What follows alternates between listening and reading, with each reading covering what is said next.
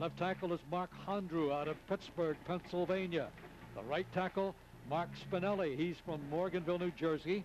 And the right end is John Shields of Voorhees, New Jersey. The linebacker corps consists of Jeff Gardner from Yardley, Pennsylvania. Ralph D'Angelo in the middle. He's from Warminster, Pennsylvania. And the right linebacker is co-captain Larry McSeed of Philadelphia. The cornerbacks, Jamie Bell from Morristown, New Jersey, and Paul Williams of Newark, New Jersey. Nope, this is Newark, Delaware. And the safeties are Kenny Bailey, Harrington, New Jersey, and Dorrell Green, Harrington, Delaware, of course. Dorrell Green of Capitol Heights, Maryland. The Matt Slapp Subaru offensive lineup for the Delaware Blue Hens. The tight end will be Chuck Blessing. He's from Waldwick, New Jersey. At tackles are Chris Kumpon of Binghamton, New York, and Steve Archibald of East Petersburg, Pennsylvania. The guards are Lynn Pine of Cary, North Carolina, and co-captain Shannon Trossel from Gettysburg. And the center is Keith Bullets. He's from Fork River, New Jersey. Spread ends are Courtney Batts of Philadelphia and Eddie Conti. Now we'll probably see both of those spread ends in the lineup at the same time. That means that the tight end will be out. The halfbacks are Pat Williams of Newark, and the right halfback will be Norm Coleman. He originally is from Miami, Florida. He had been injured in last week's game, a sprained ankle, but he's been running pretty well here in the warm-ups, and he will be starting at right halfback. The fullback is Kai Hebron of Gaithersburg, Maryland, and the quarterback, of course, is Leo Hamlet of Northfield, New Jersey. The officials for today's game, Chris Hunnell is the referee. That mold today. Nelson Garner to kick off for James Madison. We're going to get this game underway with Pat Williams and Eddie Conti deep for the Blue Hens. The kick is going to come down to Conti at the goal line. He's out to the 10-yard line, 15, got a hole, and he stumbles out to the 26, and just upending him before he got loose was Tony Jordan. So Delaware will start the ball at the 26, almost 27-yard line. First and 10 at the 27. First and 10, Delaware at the 27-yard line. Wide left is Courtney Batts.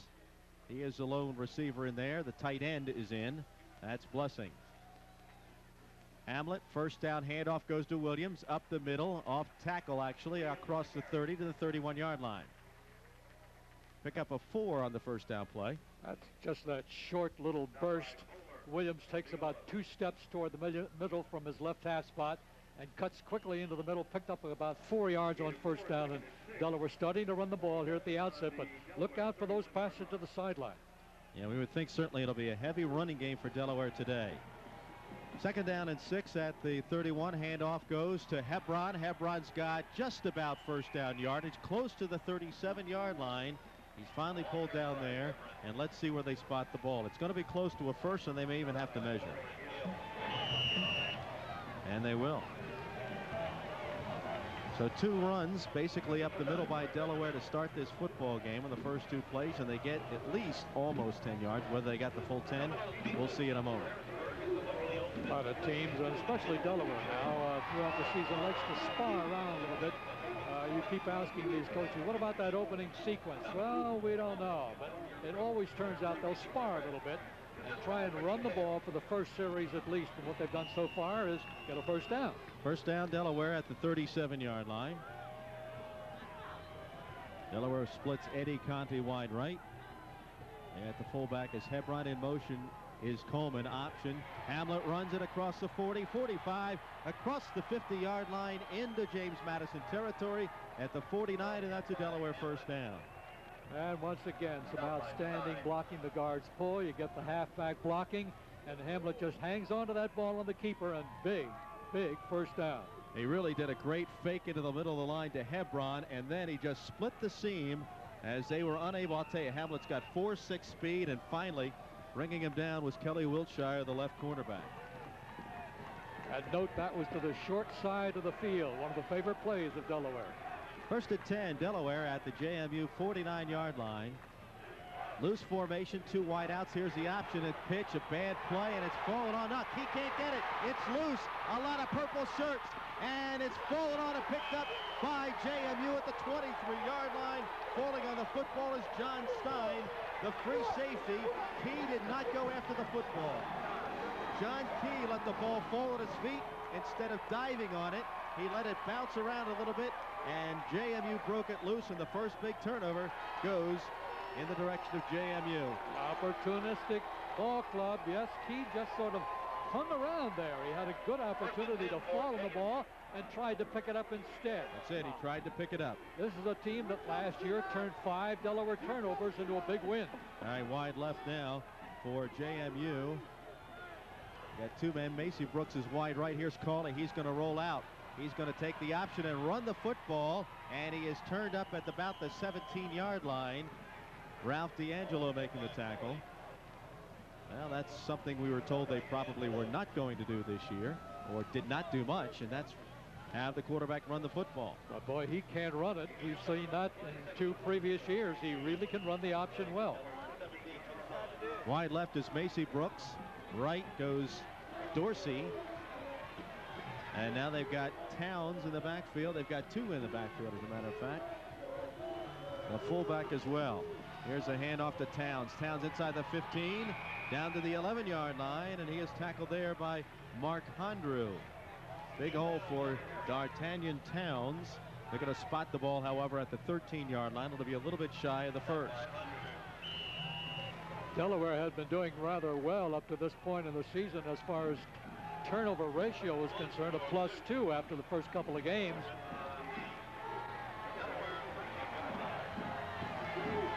Third down and about a yard. The ball at the 13-yard line for JMU. Here's a quarterback sneak up the middle. Cawley may have it. We'll see where they spot it. Got a yard maybe. We'll see at the spot. It's going to be down at the 12-yard line. And it's going to be 4th down. It's not enough for the first. And Cawley looking over at his coach. Now the play clock starts. Cawley checking the play from Alex Wood. Delaware players trying to get some noise from their fans on the far side of the field. It's 4th down and short for JMU. Cawley over center. Option, pitches out to Towns. He sweeps. He is stood up. He gets down maybe for a first down. Maybe not. We'll see where they trip him up at. It's down near the 12-yard line, between the 12 and the 13. I don't know that he's got it. Good containment and pursuit on the part of linebacker Jeff Gardner on the play. Gardner pursued, contained the run, and he was right there before the ball carrier could make any kind of a cut inside or outside. Now they're going to bring in the chains. Gardner, for one, thought that was not enough for the first down. And he was right. Length of the football comes up shy. Great defensive stand by the Blue Hens after the turnover. Now Delaware's going to have to try and make sure they don't pull one of those gaffes again on offense, because the team was moving the football, and good penetration on the turnover. Here's a nice play defensively. It's Gardner, Darrell Green, and also coming up looks like Mastrangelo. So 1st and 10 Delaware. The ball at the Blue Hen 13-yard line. 1st and 10. Play clock moving down to 13, and coming in is Hamlet with the play. 11:17 remaining first quarter. Wide right is Batts. Ball shy of the 13.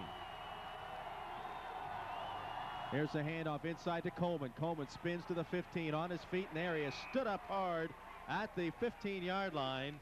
Coming in to make that tackle was Doug Bigelow, a linebacker, and also on that play Steve Logan, a defensive end. Same play that Delaware used on the first down of their first series, only it came from the other side.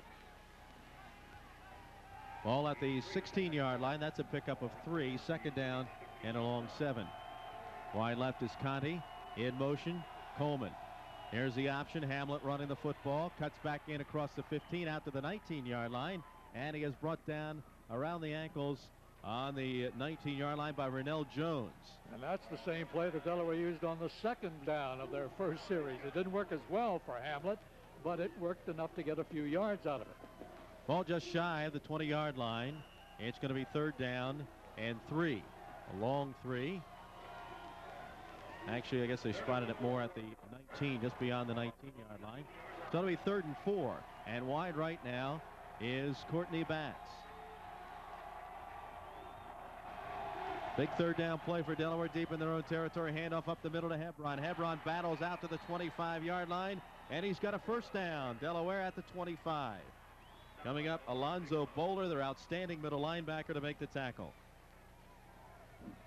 Well, nothing fancy there, Bill. No, not at all. And any of the plays that Delaware uses on that gut play, whether it's off tackle or right up the middle, they're going to be depending a lot on Keith Bullets at center and those guards, Lynn Pine and co-captain Shannon Trossel for the blocking. 1st and 10 Delaware at their own 25-yard line. No score with 9:35 to play in the first quarter. Here's the option again as he fakes to the fullback. He's going to run the ball 35, 40, 45, 50 into territory of JMU, and he's down at the 43-yard line. Leo Hamlet, a great run as he's finally brought down on that play by Sean Marshall, the cornerback. And the blocking in front of Hamlet, amazing. They had the tight end out there blessing. They had Archibald, and they had Eddie Conti, who has made some great blocks before. 3 ball carrier, 3 players out there in front of Hamlet, and they're clearing the way for the quarterback. It looked like a charge of the Light Brigade with about 4 guys leading it downfield for Hamlet. Archibald, amazing the size he is, and he's just sending them down. 32 yards on the run. Here's the option by Hamlet. Pitch goes to Williams. Williams to the 40, run out of bounds at the 39-yard line. That was a 32-yard run earlier by Leo Hamlet. Also, as we failed to mention, Chris Kumpon heading out there on that block as well on the big gain. On this gain, that's a pickup of 4. It's going to be 2nd down and 6. We'll give you an update on some scores. Of course, a lot of scores are well underway because of our late start here at JMU. 2nd down and 6 at the JMU 39-yard line. Back to throw Hamlet. First time looking. Fakes, now gets it away. Wide open is Batts. He underthrows him. Comes back for the ball. He's got it down to the 1-yard line. Just inside the 1 and just shy of the goal. Courtney Batts had to come back for the ball. He gets it. He's got a 1st down inside the 1. 42 yards on the completion.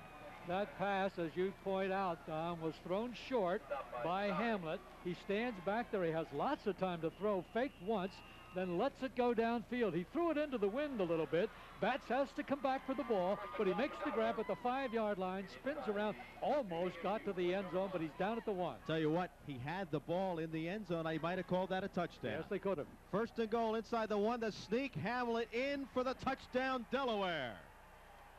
Leo Hamlet, a 1-yard run, and the Blue Hens are on the board with 8:33 remaining in the first quarter. Well, that was a nice-looking drive. Again, though, it didn't take a lot of plays. But, hey, they're scoring touchdowns, and that's what counts. Sean Leach in for the extra point. 8 plays, Don, and the drive covered 88 yards. Man, they do it quickly, though, with a long 32-yard run and a 42-yard pass. Setting up for the extra point, DeMartile to hold. Snap, the kick is up, and the kick is good. There's a timeout on the field, 8:33 to play in the first quarter with the score. Delaware 7, JMU nothing. On the 1-yard plunge by Leo Hamlet and the extra point by Sean Leach, who was perfect this season in his extra point tries. You know, their extra point man here, John Coursey, missed his first in 75 attempts last week. He had not missed one in his college career until he missed that one. So he's quite a kicker, as is Sean Leach. Nice drive, though, Bill, by Delaware. Well, I'll tell you, Don, that was a nice recovery after Delaware loses the ball on its first possession. The defense does its job, as it has done all year long. And, of course, the offense takes over and just rams it down their throats. Sean Marshall deep to receive for JMU. He'll take the Sean Leach kick at the 6. He drops the football, picks it up at the 10. He has hit. It's fumbled. Ball is loose. and I believe JMU has fallen back on top of it. Let's double check. Now Delaware saying they have the football. No sign from the official yet. And Delaware's got the ball underneath. It's Mike Ryan. Here's the ball loose, and it falls. Looks like it's under the JMU player, but apparently Mike Ryan gets his hands in there, and the Blue Hens have the football. Yeah, the Irishman just snaked in there and pulled it away, and special teams, Don, doing the job again. Irish Mike Ryan grabs it. Delaware's got a first down at the 10, or the 11-yard line. First and 10 at the 11. We mentioned we'll promise you scores. We'll get them to you in a moment, but Delaware ready to score again. Wide left, Batts. Here's Hamlet. He's going to bootleg right, looking to throw. Got plenty of time, throws it. Oh, through the hands of Batts in the end zone and incomplete. And that was a catchable football, Bill. Not something you'll see Courtney Batts do very often. No, he may have been a little bit eager on that. That time he just took a step back in toward the scrimmage line, maybe a little bit too quickly, and the ball just batted right through his hands. Yeah, but Courtney is pounding his chest out there saying, yeah, my fault. Yeah. I should have had that one. And boy, he had all the time in the world. He's got, look at that blocking. Boy, I'll tell you, Archibald with great protection there and right through the hands of Courtney Batts. Second down and 10 at the 11. Delaware trying to tack on its second score of the quarter. Here is the option again, fake to the fullback. Pitch goes to Coleman. He loses the ball. It goes out of bounds at the 9, so they'll actually get 2 yards out of the drop pitch. That pitch was a little too close to Coleman when he made it. I think you're right. I think Hamlet waited just a little bit too long. His decision-making was okay. It's just that he didn't have enough time, and there was no real estate left over there for Coleman. That's exactly right. Let's check the Metro Auto Parts College football scoreboard update in the Yankee Conference. At halftime, New Hampshire 7, Maine nothing. UConn and Rhode Island at the half tied at 10. UMass 14, William & Mary 3 at the half. Northeastern 7, BU nothing at the half. That's the 4th annual Canine Classic, in case you didn't know. We'll get to the rest of the scores in a moment. Third down at the 9. Here's the handoff to Hebron. Not much, a yard or two up the middle. And Villanova leads Navy at the half, 7-6. Those are the scores that we have out of the Yankee Conference on the Metro Auto Parts College football scoreboard update. Sean Leach coming on to try a 25-yard field goal close to the left hash mark. Should be a chip shot for him. He missed his first 3 this year, then has made 5 in a row, including a 50-yarder.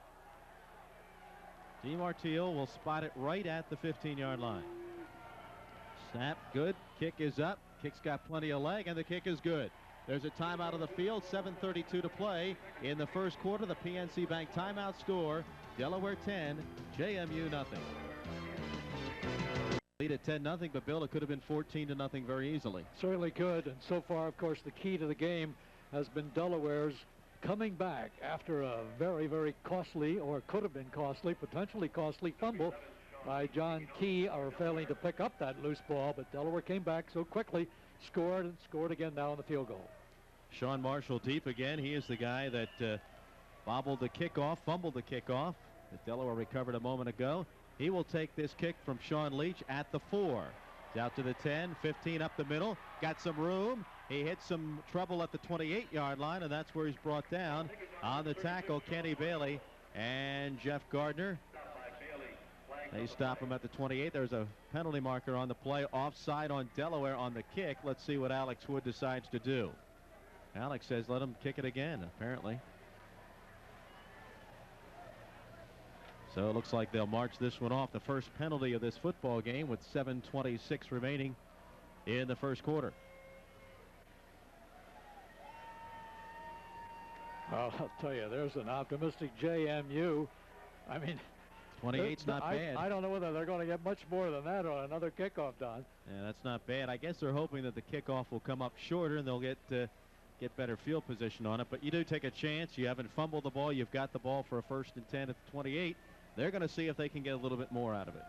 There's no wind, virtually none right now. That had not been the case in the first few minutes of the quarter, but those flags are dead on the poles right now, so no wind, still overcast here in Harrisonburg, Virginia. Those flags could be so wet from last night that they can't move. That's right. All right, Leach will try it again now from the 30-yard line. And this kick will come down shorter at the 10. Marshall's got it there. He's out to the 25. He's hit, and the 29, so they get an extra yard out of that. And I guess all things considered, that was the wise move, because they'll start now at the 29 instead of the 28. So Mike Cawley brings his team out. They are a throwing football team. Actually, it's just shy of the 30.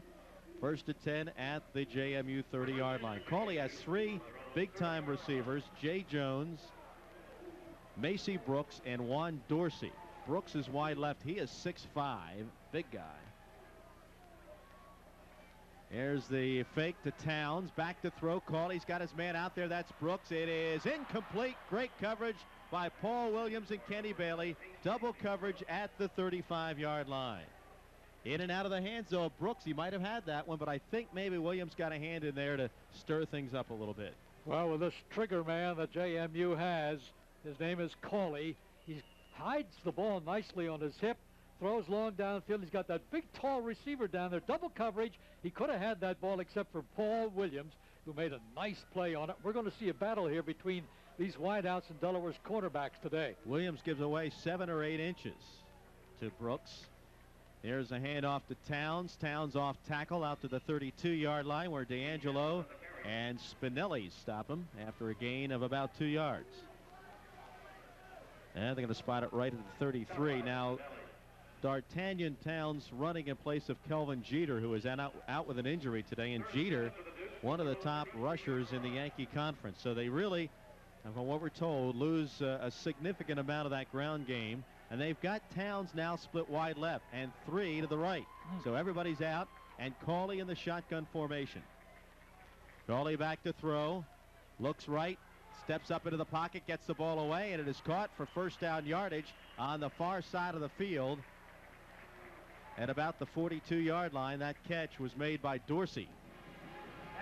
Virtually no pressure on Cawley that time, and that pressure has to come, of course, from up front, from guys like Spinelli and Hondru, the Delaware tackles. They've got to put more pressure on Cawley. If you give this guy time with all those wideouts, he's going to do some connecting. Ball is spotted at the 44 of JMU. Macy Brooks goes wide left, Dorsey wide right, and Armoris and Towns in the backfield. There's the option. Running left is Cawley. He's looking to pitch. Now he runs it himself, gets it up to the 45-yard line, and that is it before being brought down on the play by Jeff Gardner. Gardner has had a sensational year at linebacker this year for Delaware. He has. He stepped up last year when Delaware had all of those injuries at linebacker and came into the breach and has done a great job and earned himself a starting job this year. Gain of only a yard. Second down and 9 right at the 45-yard line. We're still surprised, aren't we, Don, that Cawley's running the ball? They were told that he doesn't run the option. They don't like to run the option with him. They want to make sure they don't have to go to the number 2 quarterback. Second and 9, back to throw. Cawley again looks for his tight end Perry. He's got it at the 50, into the 49-yard line, and that's where he's brought down by Gardner and D'Angelo, the 2 linebackers. And Ed Perry has not been on the receiving end of a lot of passes this year, but he is a big-time linebacker, or tight end. He is a first-team All-American at 1AA at tight end, and quite possibly a pro prospect. He missed a couple of games at the beginning of the season, but he's the guy that Cawley's going to look at as well as those wide receivers. Well, he's 6'5", 235, and he's got some speed as well.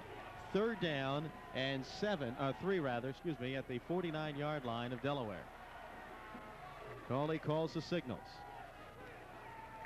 And he's going to hand off to Towns. He splits through. He's got a first down inside the 45 to the 43-yard line of Delaware. The tackle made by Gardner and Darrell Green. A first down, James Madison. They got nice blocking on that play. The JMU interior line, led by Dave Bailey, the center, opened a nice hole. They took care of Gardner, the linebacker, who started to come to close up that hole. And he was knocked out of the play, and that created the hole for D'Artagnan Towns. Wide right now is Matt Brown, a new wide receiver we see in the game. And Cawley goes back to throw. Little pass over the middle. He's got Perry. Perry 35. He's to pull down at the 26-yard line as he tried to cut and slip. Darrell Green gets him there. But that's a big gainer to the Delaware 26. What JMU did that time was stretch vertically. They had people short, people long, and Perry right in the middle there in that zone. Delaware just didn't have enough people to cover him. Ball at the 25. First and 10 for JMU. They have trips right. That would be Dorsey, Brooks, and Jones. And Towns to the left. Shotgun formation. Cawley looks over his receivers. Gets the ball out there. It's caught out there by Dorsey. Shy of the 10 at about the 11 or 12 yard line. We'll see where they spot it, but it's another JMU first down, and this kid can throw the ball. Just a little curl pattern out there, and a nice grab made by Dorsey. Good blocking. He has good protection, and he's got a man out there. Looked like they had somewhat decent coverage on him, but Bailey couldn't recover in time, and the ball's down at the 11, first and 10. Wide right is Dorsey, and Macy Brooks wide left. Over center is Cawley. First and 10. Going to hand off to Towns. Cuts it back to the 10. He's upended at about the 8 yard line by Gardner as he hurdles through the line. And that's going to be a pickup of 3 yards. One of the battles to watch for as far as quarterbacks and wideouts is concerned, Don, is this big guy Macy Brooks, 6'5", and mostly he's going to be guarded by Paul Williams, who's only 5'9". That's a big mismatch. That is big. Now Dorsey's on his side. Dorsey's about 6'2". Here's a handoff again to Towns. Towns splits through down to the 7 yard line where D'Angelo, Gardner, and Mastrangelo make the tackle. A pickup of a yard or maybe a yard and a half. And it's going to be just shy of the 6 yard line. It'll be now third down and about 5.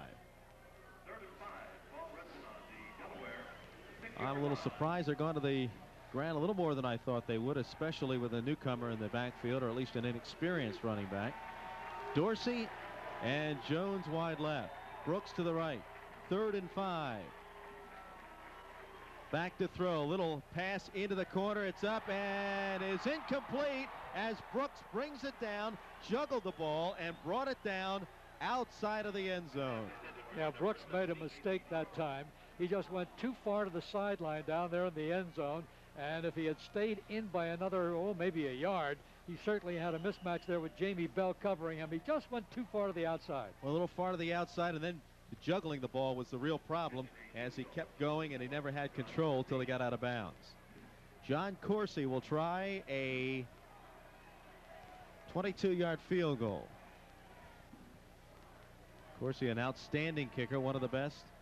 Here's the kick. The 23-yard attempt is up, and it is good. So JMU is on the board. There's a timeout on the field. 2:24 left in the first quarter with the score. Delaware 10 and JMU 3. Volts along with Bill Pfeiffer here at James Madison University. The Blue Hens and the Dukes fighting it out for first place right now in the Middle Atlantic Division of the Yankee Conference. That was a 12-play, 64-yard drive that went 5 minutes and 8 seconds. Not bad. We have a little computer screen next to us here that gives us a lot of valuable information. 64 yards the computer gave us, I believe, on that second kickoff. They started from their 29, did they not? Yeah, I think that would have been about a 71-yard drive instead. Well, except it wasn't a touchdown. It came up shy, so it stopped at the 6-yard line. There you go. There you are. Don't get it into the end zone. You can't count it, can you? No, they can't. They'd like to. Here's the kickoff. It's going to come down in the end zone to Pat Williams. He's going to run it out to the 10, 15-yard line. He's across the 20, 25 to the 29-yard line. Nice run back by Pat Williams, who started 2 yards deep in the end zone and got it back out to the 29-yard line. Delaware with outstanding speed, and he got some good blocks. There was a nice block, looked like by Bailey. Made a good cutback at the 20, and then just used some strength. And a block by Jeff Bach to get out to the 29. All right, 1st and 10 Delaware at their own 29-yard line. Hamlet. Here's the counter play to Williams. Doesn't get a lot, but he dances around for 3 yards out to the 32-yard line. Making the tackle on that play is Steve Logan, their defensive end, junior, 6'4", 245. Danced away nicely from Doug Bigelow, who came through and had a good shot at the ball carrier, but tried an arm tackle, and you know that just doesn't work. Very banged up defense for the JMU Dukes. A lot of players playing that they were not expecting to see starting action because of injuries and other circumstances. Second down, 7. Option by Hamlet. Pitch goes out to Coleman. 35-40. Gets out, run out of bounds for first down. And I'll tell you, he was drilled, I thought, after he got out of bounds. But it's going to be a first down beyond the 40. They're going to spot it shy of the 42. It's 1st and 10 Delaware. Got a nice block on the play. Pat Williams, the halfback, and that's something Delaware's been working on all year. Williams gets out in front there, makes a nice block, and gives the ball carrier a little extra running room for extra yards. 1st and 10 Delaware, the ball at their own 42-yard line as Hamlet gets the play from the sidelines. Delaware, to this point, picked up 60 yards on the ground. Wide right is Courtney Batts. In motion is Williams. Here's Hamlet again. He's going to run the football across the 45 to the 50 to the 45 of JMU. He tucks it away, and he's pulled down at the 41-yard line, making the tackle for the JMU Dukes on that play. Doug Bigelow, a linebacker, finally spins him down at the 41, but another first down Delaware. Hamlet is so quick on that keep. He has the ability to make a quick read and decide whether or not the defensive end, the quarterback, are going to come up or not. He makes the read. He sees they're coming up to contain. He cut inside, and look at the big yardage Hamlet gets out of that play. That was a good block by Coleman to take out the wide man on that play. 1st and 10 Delaware. Here's a handoff to Williams. Cuts it back at the 40, down to the 37, and maybe to the 36. We'll see where they spot the ball. That's a pickup of at least 4 yards on the play. Making the tackle, Kelly Wiltshire, the cornerback. This is a JMU defense that had been fashioned in large part by Jim Pletcher Jr., a Delaware native, son of Jim Pletcher, who coached high school ball in Delaware for so long, but he moved out to Memphis State along with his head coach Rip Schreier when Alex Wood came in. That's a pickup of 5, second down and 5 at the 36-yard line. Hamlet fakes, now goes back to throw some pressure. He's got to step out of it, runs, gets the ball away. He's got a man out there. There's pressure and coverage, and knocked away by Sean Marshall. Hit him in the back of the head, it looked like, right at the goal line, intended for Courtney Batts. The coverage a little too tight to be thrown to Courtney on that play. There's a good block on the recount the play for you, and he finally gets away. The throw is downfield, but the coverage just too good, and it hit him in the back of the head. Sean Marshall, who was not looking for the pass, but he did get drilled at the base of the helmet. Got to give him credit for a good defensive play, a heady play, right? A very heady play. He was in position. Sorry about that. 3rd down and 5 at the 36-yard line. Hamlet, bootleg, he's going to run it. 35, 30, stumbles inside the 30, and he's got a first down at the 28 of JMU. Making the tackle on that play for the JMU Dukes was Tony Jordan, playing at strong safety. Boy, you got a quarterback like Hamlet, especially the way he's playing today, that can certainly keep a defense off balance. They don't know whether he's going to throw the ball off the option or keep it, and he has gotten some tremendous blocking today so far. Trossel made a nice block on that, but then he ended up tripping over Trossel's legs as he tried to cut it back inside. So he didn't get quite as much as we thought he might, but he's at the 28-yard line, 1st and 10, and we've come to the end of the first quarter. Time is run out at the end of the quarter. The score, Delaware 10 and James Madison 3.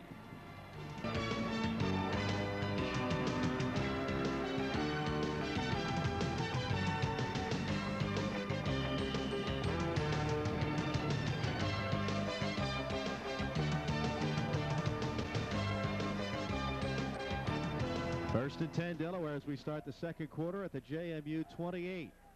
First down play, handoff to Marvell Scott, the fullback, and nothing doing inside there. And he is stopped at about the 28 or 29-yard line for, oh, wait a minute. They're not going to spot it back at the 31, are they? Whatever happened to the term forward progress? They're going to spot it at the 31, so that's going to be a loss of 3. Wow. All right, they lose 3 on that play. We're going to give you some updated scores. We got some interesting ones, to say the least. especially out of the Big East, and an interesting one out of the Big Ten. Wide right, Conti and Batts in that loose formation. Here's a handoff, goes to Hebron up the middle, 25 to the 24-yard line, and a lot of purple shirts surrounding him then. But that quick hitter, Bill, he hit the hole so quickly that JMU couldn't react. That's right. He really didn't need that much blocking. The hole opened immediately, and he went through there like a flash. But that's the key for the blockers, to make the blocks quickly and to get the defender out of there as quickly as they can. And they did a good job on that one. So now it's third down at about 5 at the 29-yard line, or 24-yard line. Big play for Delaware here on the third down play. They would love to get another shot at the end zone, but they've got 5 to go on this third down play. Wide right, Conti. They'll bring in the tight end, Blessing on the left side. Fullback is Hebron. In motion, Williams. Hand off Hebron, across the 20, inside the 20, battles down to the 16-yard line, and a first down, Delaware. Well, I'll tell you, Bill, he is, we got so used to Darrell Brown as the big 250-pound fullback, but he is cut out of the same cloth as so many Delaware fullbacks of the past, guys like Darrell Brantley, that size fullback, who hit the hole quickly, and that's what Kai Hebron does. And he does it very, very well. When he hits the hole, he has that ability to either cut left or right if need be. Nothing against Brown, of course, but he was so big, so powerful that he just barreled straight ahead for his yardage most of the time. First down, Delaware at the 16-yard line. Hamlet sends him in motion. Back to throw. He's got time, a lot of time. Finally loops it up in the air and throws it away. Throws it away in the end zone. Courtney Batts was out there, but well covered. Unfortunately, Hamlet did not look to the left. Over there was Mr. Eddie Conti, who was about as wide open as you can get, and Hamlet never looked that way. He was looking the right the entire way, and he had plenty of time. They finally got in on him, but he just had to throw it up and get rid of it over everybody's head deep into the end zone. All right, it's second down now and 10. The ball at the 16-yard line. This time, both the receivers are left, Batts and Conti. Hamlet is going to run the option. The pitch goes back to Williams. Williams inside the 15, down to the 10, and maybe inside the 10-yard line. So that's a pickup on the play of at least 6.5 perhaps, just inside the 10-yard line. Now let's take a quick look at the Metro Auto Parts College football scoreboard update. Some surprising scores. Army beat Boston College today 49-7. Miami just got by Pitt 17-16. And is Northwestern for real? They beat Wisconsin today 35-0. Wow. Third down play and 3 for Delaware. Ball at the 10. Here's Hamlet going to step inside and run it himself. He's not going to get it. The fact the ball almost looked like it came loose. He's got a couple. He's close, but I think he's going to be maybe a yard shy down at about the 7-yard line. We'll see where they spot it. It's inside the 8 at about the 7.5-yard line, and it's fourth down and about a yard and a half. JMU did a pretty good job jamming that play up on Hamlet. He really had nowhere to go when he decided to make his cut and keep the ball. Delaware going to try to jam this one down for at least a first down. Conti splits left. Tight end is Blessing on the left side. Fourth down play. Short 2. Hamlet, options, going to run it inside the 5, inside the end zone, and a touchdown, Delaware. Leo Hamlet on the option play. Cut it back inside for a 7-yard touchdown run. Great block by Norm Coleman. And then strength as he pulls free from a JMU tackler and goes in standing up. Now, Bill, that was a big play. They didn't want to have to come away with nothing there. No, they didn't, and they kept the ball where it should have been kept on that play for 2 yards. Hamlet. Sean Leach will try the extra point. DeMartile holding. Snap. Gets it up, and the kick is good. And there's a timeout on the field. 11:51 to play in the second quarter. The PNC Bank timeout score is Delaware 17, JMU 3. And a 7-yard touchdown run by Leo Hamlet caps it off. Here's another score from the Yankee Conference. UMass leading William & Mary 20-9 now in the fourth quarter. So that would be a help to both JMU and especially to Delaware. Nice looking drive again, Bill, and that time 13 plays. Those are the kind of drives Tubby Raymond likes. Certainly does, and Delaware mixes it up pretty well on that drive, but mostly on the ground. Leach kicking off. Marshall will take the ball at the 8-yard line. He's out to the 15, 20. Got a little bit of a seam, but making a nice tackle is the special teams captain, Sean Lentz. And he brings Marshall down at the 28-yard line. Sean Lentz was named the special teams captain a couple of weeks ago because of his outstanding play. And we were trying to go back in the annals of Delaware football to see when the last time they had a special teams captain was, and nobody could come up with one. I can't remember ever having one before. Now that just goes to show how highly thought of Sean Lentz is by the coaching staff. First and 10, JMU at their own 28. Cawley over center. He fakes to his running back, rolls out left. Here comes McSee, dumps it off. Nice pass to Armaurice, but he is hit right at the 37-yard line, a little bit shy, actually close to the 38, and they may have a first down. Now where they spotted the ball, that was the fullback, Eric Armaurice, and it is a first down. They get 10 yards out of that, and I'm telling you, Cawley paid for that. McSee drilled him after he got rid of the ball, and Armaurice gets the ball as Darrell Green makes a tackle, but he does have enough for the first down. McSee had a big game in a losing cause last year against JMU in Newark with a couple of sacks. He's ready to play ball after sitting out last week. That's right. He had that separated shoulder. First and 10. Handoff. Towns. Towns gets nothing. He gets to the line of scrimmage. If that. D'Angelo on top of him right there. No gain on the play. It's tough to run against Delaware. They give up 94 yards a game on the ground. So if you excel at running, which JMU does not, but if you're a big running team like Richmond was last week, and like William & Mary will be in a couple of weeks, and like Maine will be next week, you're playing into Delaware's defensive strength. Second down at 10. The ball still at the 38-yard line of the JMU Dukes. Cawley goes back to throw, dumps it over the middle. That's Macy Brooks to the 45. Caught by D'Angelo, still on his feet. He gets across the 50 to the 48-yard line and almost breaks it free. D'Angelo still hanging on that play, along with Michael Berge. They finally bring him down at the Delaware 48-yard line. Little crossing pattern there after the other receivers had cleared out underneath, and a nice play resulting. Macy Brooks is 6'5" and 210. He's very, very strong, as we could see from that play.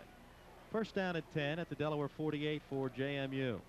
Cawley drops straight back. Here comes pressure. It's complete. To Perry, his tight end, to the 40-yard line. And there was a late block on the play by JMU's Matt Ricciardi. And that'll be a flag against the Dukes after they get a decent gain on the play. Oh, brother, was that a late hit. And Cawley back there after he had made the pass, throwing his hands up in frustration when he saw what happened. Well, we'll have to see who it was that got drilled on the play. A nice pass, nice catch by Perry. That looks like it's Darrell Green. I can see him. He's going to get it right there. Oh, my. And so they're going to walk this off against the Dukes of JMU, as Darrell Green was standing there minding his own business, watching the end of the play, when Matt Ricciardi at 6'2", 285 leveled him with a late hit. And that's going to march the ball all the way back into JMU territory at the 46-yard line. 15-yarder. Sun's starting to come out now at Harrisonburg. And we certainly prefer these conditions over what we had a week ago at Delaware and what we had here last night. Buckets of rain. Matt Brown, as one of the wide receivers, goes wide left. They've got trips left. Back to throw. Cawley, a little quarterback draw. Nothing doing. He loses yardage. He doesn't quite get to the 45-yard line. He's tackled by McSeed, the outside linebacker and the senior co-captain. So that's a loss of another yard or so. And it's going to be third down and about 18, maybe 17. Delaware had what amounted to a 9-man front on that play. They had just about everybody up there close. There was nobody any kind of deep more than 10 yards beyond the line of scrimmage. Told now that the UMass William & Mary score is a final. The Minutemen beating William & Mary 20-9. Second conference loss for the Tribe. Cawley's going to go back to throw on the third down play. Some pressure, gets the ball away, but incomplete to his receiver, intended for Gerald Smith, a tight end, at the Delaware 44-yard line. So the Blue Hens hold, and they'll get the ball back on a punt. Change of possession. He had some time, although there was pressure coming from the backside, and the pass incomplete, thrown out of the range of his tight end. This is the first punt of the game for either team. Conte back at his own 25. Nelson Garner, the punter, he's averaging 40 yards per punt this year. Gets the kick away, not too long. Goes a little sideways, bounces sideways, and will bounce out of bounds at the 27-yard line. There's a timeout on the field, and the score is Delaware 17, JMU. First and 10 play on the option. Hamlet keeps it. He is tripped up on that play by Rennell Jones, but not after he gets until he gets a good gain and out to the 34-yard line, and that's going to be a pickup of 7, second down and 3. Leo has run the option effectively, Bill. Very much so, and he is in charge. You can see that every time he takes the ball. It's only been stopped once. First 10 carries for Hamlet, averaging over 9 yards per carry, so he's pushing 100 yards. Hand off to Hebron. Hebron's close to the first down, out near the 37-yard line. We'll see where they spot it.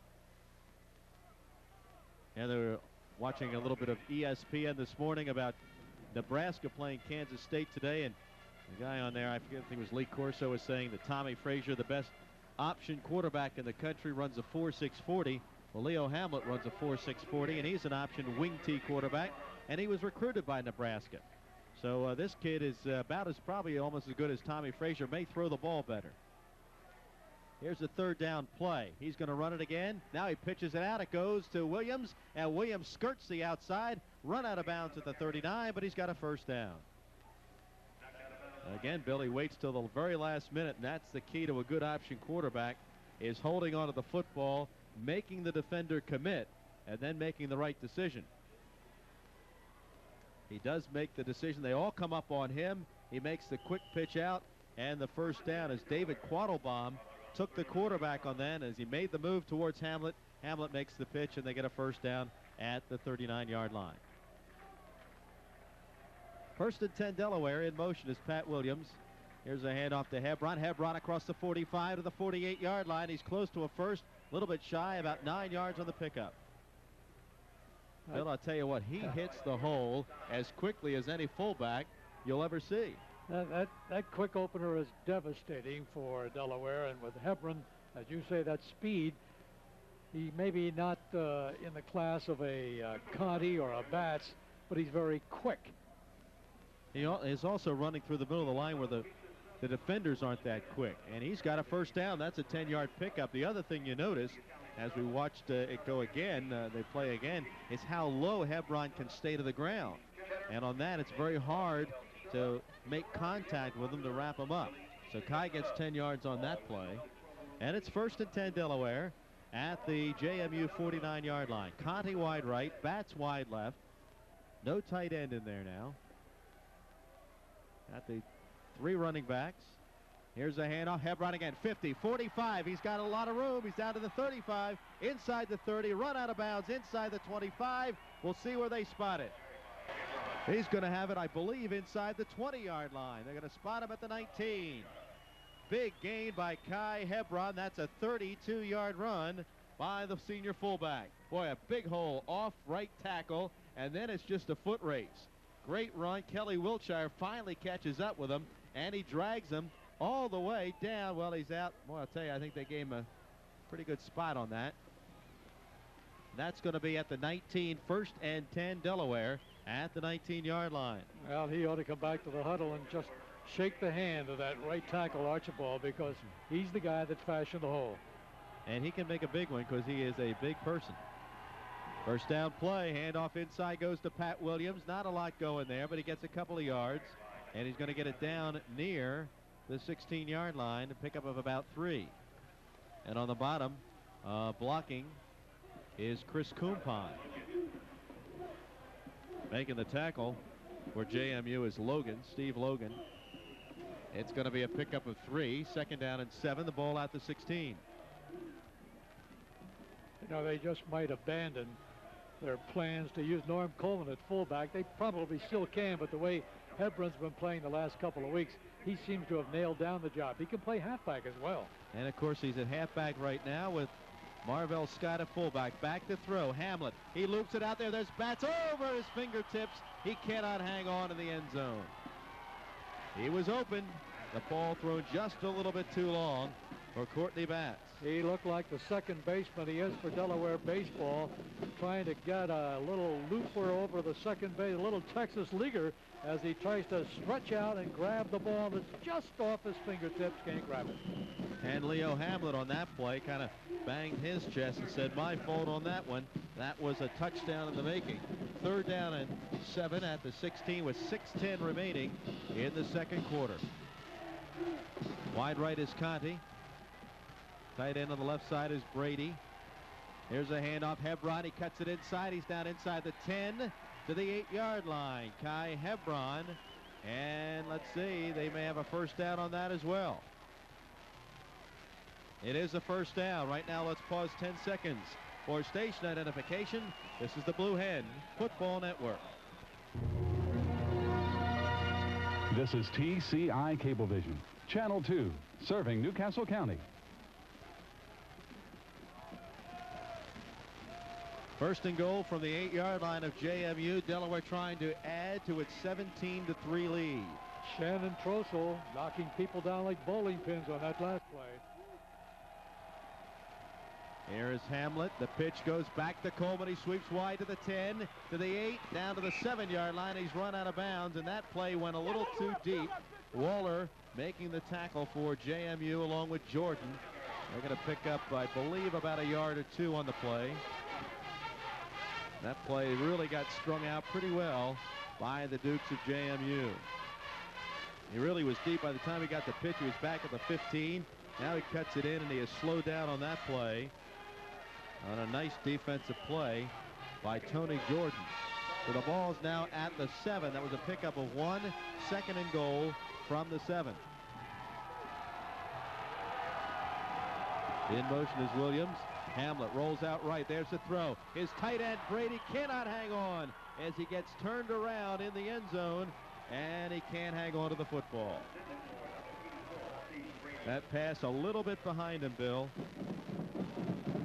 It was the right play as Hamlet rolls to the right and fires right over the middle. The ball was there, but very, very difficult to catch. And there also was Courtney Batts just to the left of Blessing or of the tight end Brady. And neither one of them were the real chance to grab that pass. Looked like Batts was doing a little slant. It looked like he was wide open. 3rd down and goal from the 7. Crowd on its feet.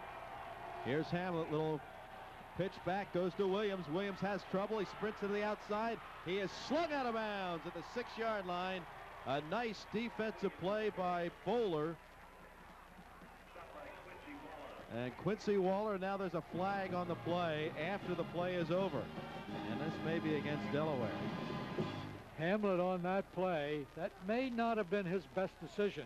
He had an opportunity to keep the ball and continue on. Looked like he had some running room there, but instead decided to pitch it out, and we saw the result, which was not good, with a marker on the field, penalty against Delaware. Unsportsmanlike conduct. And that'll be a mark off against Delaware in a 4th down play, and that's going to bring on Sean Leach to try a field goal. And Hamlet made a pitch, a long pitch back to Williams, and then he had trouble. He had to swing out, but Waller caught him by the jersey, slung him out of bounds. I don't know what the call was or where the call occurred. The flag occurred against Delaware, but it's a long walk off. The ball spotted back at the 21. The ball will be set down at the 28, so a 38-yard field goal attempt from the right hash mark by Sean Leach.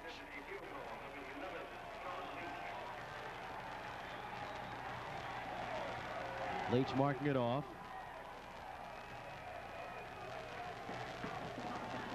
Not sure what we're waiting for here. Now we've got the ball set. And Delaware will try to add to its 17-3 lead.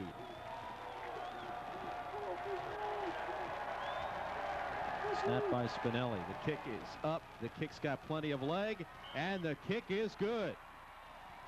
There's a timeout of the field. The PNC Bank timeout scores. Delaware 20, JMU 3. As the Blue Hens have kept this JMU offense in check, the Dukes with only 105 yards of total offense so far, Bill. Well, this was what we expected as far as the Delaware defense is concerned, especially on the Duke running game, although that's been a little bit of a surprise.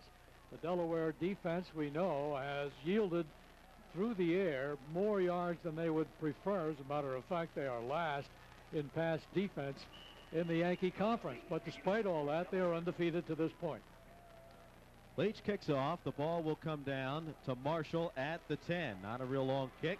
He's up to the 20, 25, and brought down to the 29-yard line, and that's where the Dukes will start this possession. 4:39 remaining first half, and the Blue Hens up 20-3.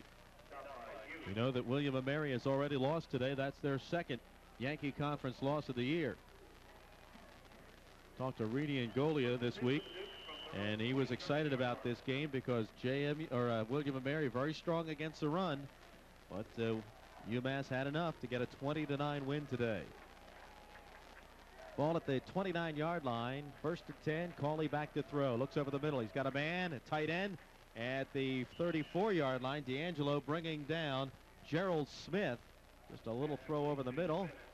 Good for about 6 yards. I'm going to spot it right at the 35-yard line.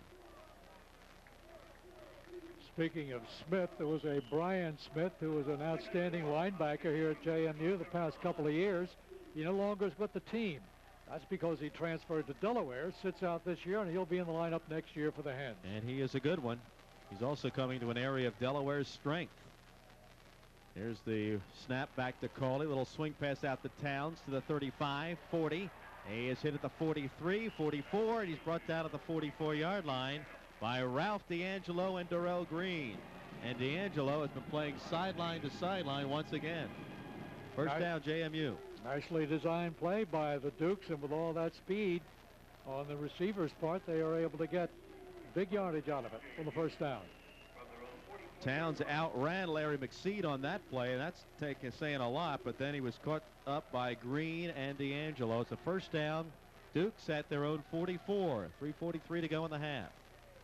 Cauley back to throw, looks left, swings the ball out there to his running back Towns out at the 48-yard line. That's a pickup of 4 yards on the play.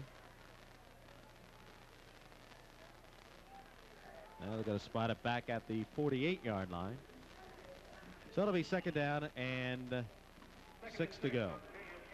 Tough battle continues between Delaware's cornerbacks, particularly in those wideouts. You know, these cornerbacks, and right now they are Williams and Bell. They have to be just as fast running backward as the wideouts do running forward. Cauley back to throw. A little out pass. It goes to Towns, and Towns is knocked down at the 46-yard line by Paul Williams, who did a good job of dropping off Macy Brooks, his receiver, and then coming up to make the hit on the man coming out of the backfield. And that's going to be close to a first down. Will they measure it? Official looking at it dead on, and he says, let's bring on the chains. That was a tough play for Williams to cover, as JMU just cleared it out in there in that underneath zone, and they may have gotten the first down out of it anyhow. Yeah, they cleared it out as Williams was having to backpedal on Macy Brooks, the big wide receiver. And here's the measurement. It'll be very close. Close enough that they get a first down by half the length of the football.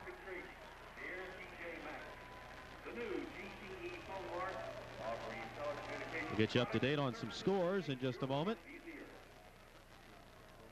Ball is at the Delaware 46, first and 10 for the JMU Dukes. We're down to 2:52 left in the first half. Wide left, Brooks and Dorsey. And a whistle and a flag thrown just as the play gets underway, so they stop action, and we'll see what the call is. It's going to be illegal procedure against JMU.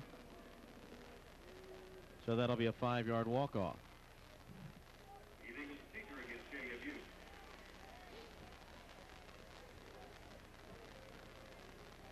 No, I couldn't see who was making the movement there.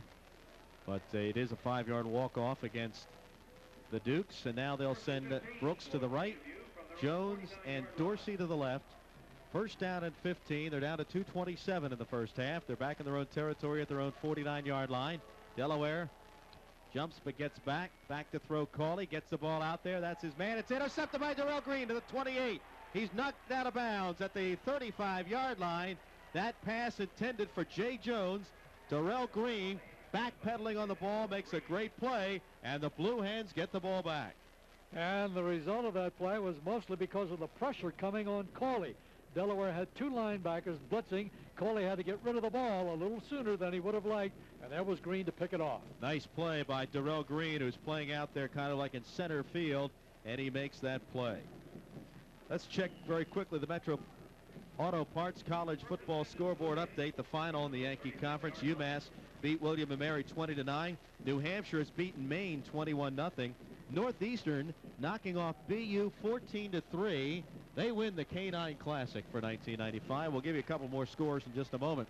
Delaware's got 2:13 left in the half. The ball at their own 36. Handoff inside to Pat Williams across the 40, out to the 42, and that's where he's run backwards on the play, but he gets 6 yards on the carry. Richmond and Fordham tied at 3. Richmond had the longest, I believe, the longest streak in 1AA without a tie. I'll have to look that up. They tied at 3. Yeah. Well, I'll tell you, that coverage, they converged on Pat Williams quickly. Here's the second down play, rolling right. Hamlet looks down the field. It's underthrown, intended for Pat Williams by a good 5 yards. Now let's give you a couple more of these scores. In the fourth quarter, UConn, which is undefeated, leading Rhode Island 19-17. That in the fourth quarter. And I'll tell you, Skip Holtz has got that team turned around. Yeah, that's for the battle up there in the New England Conference. Yes, it is. That is because I believe the Rhodies only lost 1 game.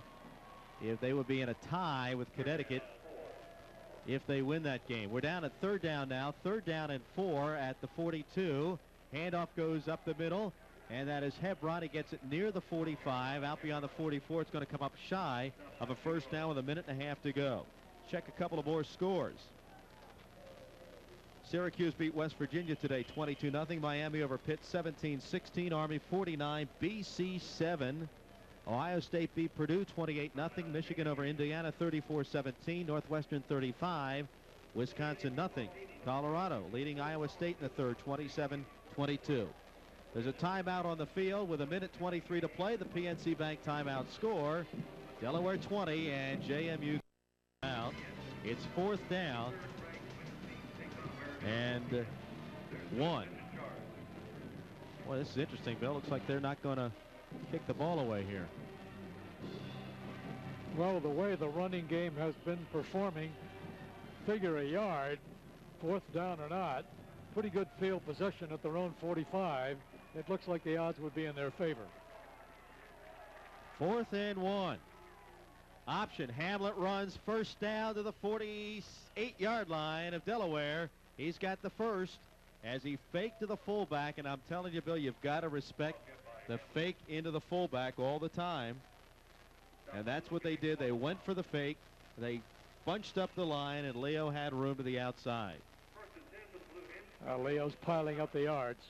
Ball at the 49 of Delaware. 1st and 10. 1:09 to go. Back to throw Hamlet. He's got people down the field. Got time. Gets the ball away. Conti comes back for it. Makes the catch at the 42-yard line of JMU. Nice job by Conti to come back for that catch.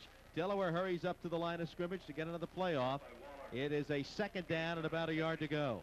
That's the first time Hamlet has thrown to the sidelines to either one of those wideouts, Conti or Batch.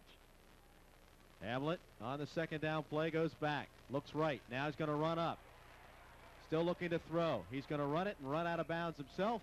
Inside the 40 at about the 37 to 38-yard line. He gets the first down, and that stops the clock with 36 seconds to play in the half. So Delaware, Leo over 100 yards rushing on the day. Delaware with 203 on the ground on 36 carries. That by our statistical information here. And Delaware also controlling the clock a little bit in this first half. Almost 16 minutes to 12 minutes and 40 seconds for JMU. Much to Coach Tubby Raymond's delight after his series of remarks about not controlling the ball. Hamlet fakes in the middle, back to throw. He gets the ball away. There's Conti streaking for the end zone. He's got the ball into the end zone. Oh, he drops. No, he drops it, but they call it a touchdown. He was in the end zone, and it's a good call by the official. Eddie Conti went in the end zone 2 steps, caught the ball, hit the ground, dropped it.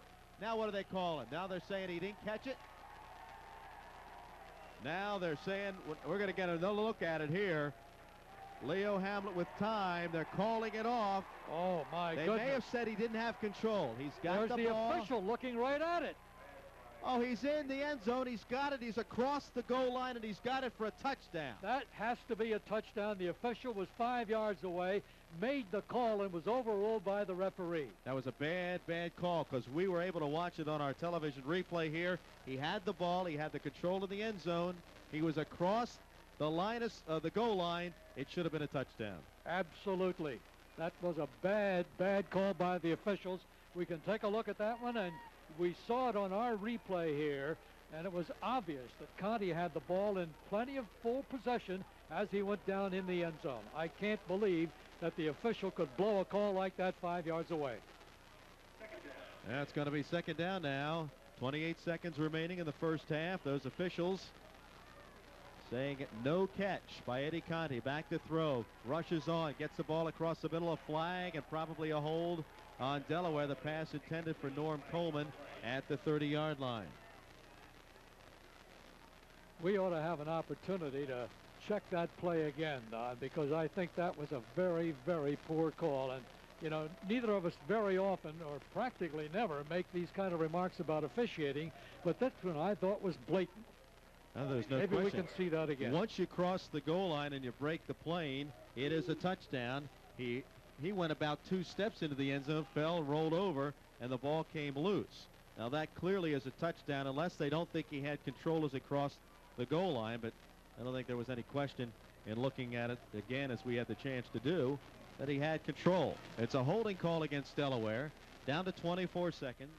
Back to the 42-yard line. Well, granted that the live look and the look again on a TV screen are different, but nonetheless, we'll still stick by our guns. Hamlet's going to run the football on 2nd and 31. He runs it out of bounds at the 43-yard line of JMU. A healthy gain, still well short of the first down, and we're down to 16 seconds left in the first half. Delaware with 46 first half plays and James Madison with 26, Bill. Now that is a turnaround from past weeks for the Blue Hens. It really is, and last year JMU had its way with Delaware, but things are changing in a real hurry here this afternoon in Harrisonburg. Third down at about 16 yards or so. All at the 43 of JMU. Hamlet back to throw, steps up into the pocket, gets rid of the ball to Batts. Batts runs it out of bounds at the 33-yard line. Well short of the first down, and it's going to be a 4th down call for Delaware with 10 seconds remaining in the first half. Ball will be right at the 33. It'll be 4th down and 6. One would think perhaps Bill toss it up, see if you get it down to the end zone and see what happens.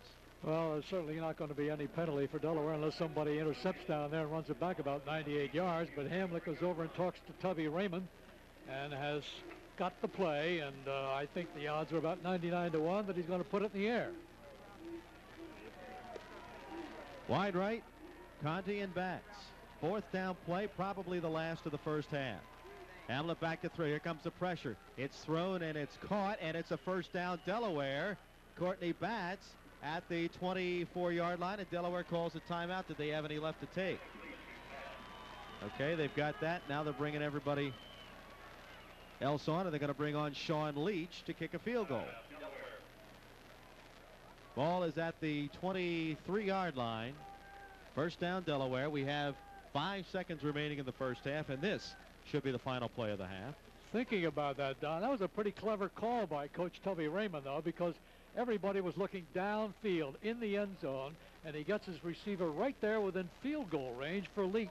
And Leach has been perfect so far today.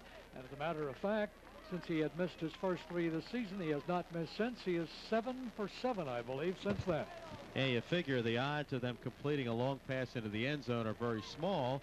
This way, you throw the underneath pass, you get the quick play, you get the timeout, and Leach comes on. Now he's going to have about a 41-yard effort here. He's already kicked a 38-yarder today, as well as a 25-yarder. So he has 2 field goals on the day. Delaware up by 17, 20-3. They've only given up 130 yards total offense in this first half, most of that through the air, 107 passing. A pretty dominating performance by Delaware, both on offense and defense. And you go back to the beginning of this ball game, things looked kind of bleak there in the beginning when they lost the ball in their first series, but what a comeback they have made. Ball at the 31, spot will be spotted at the 31, so a 41-yard attempt by Leach. Spinelli the snapper, DeMartile the hold.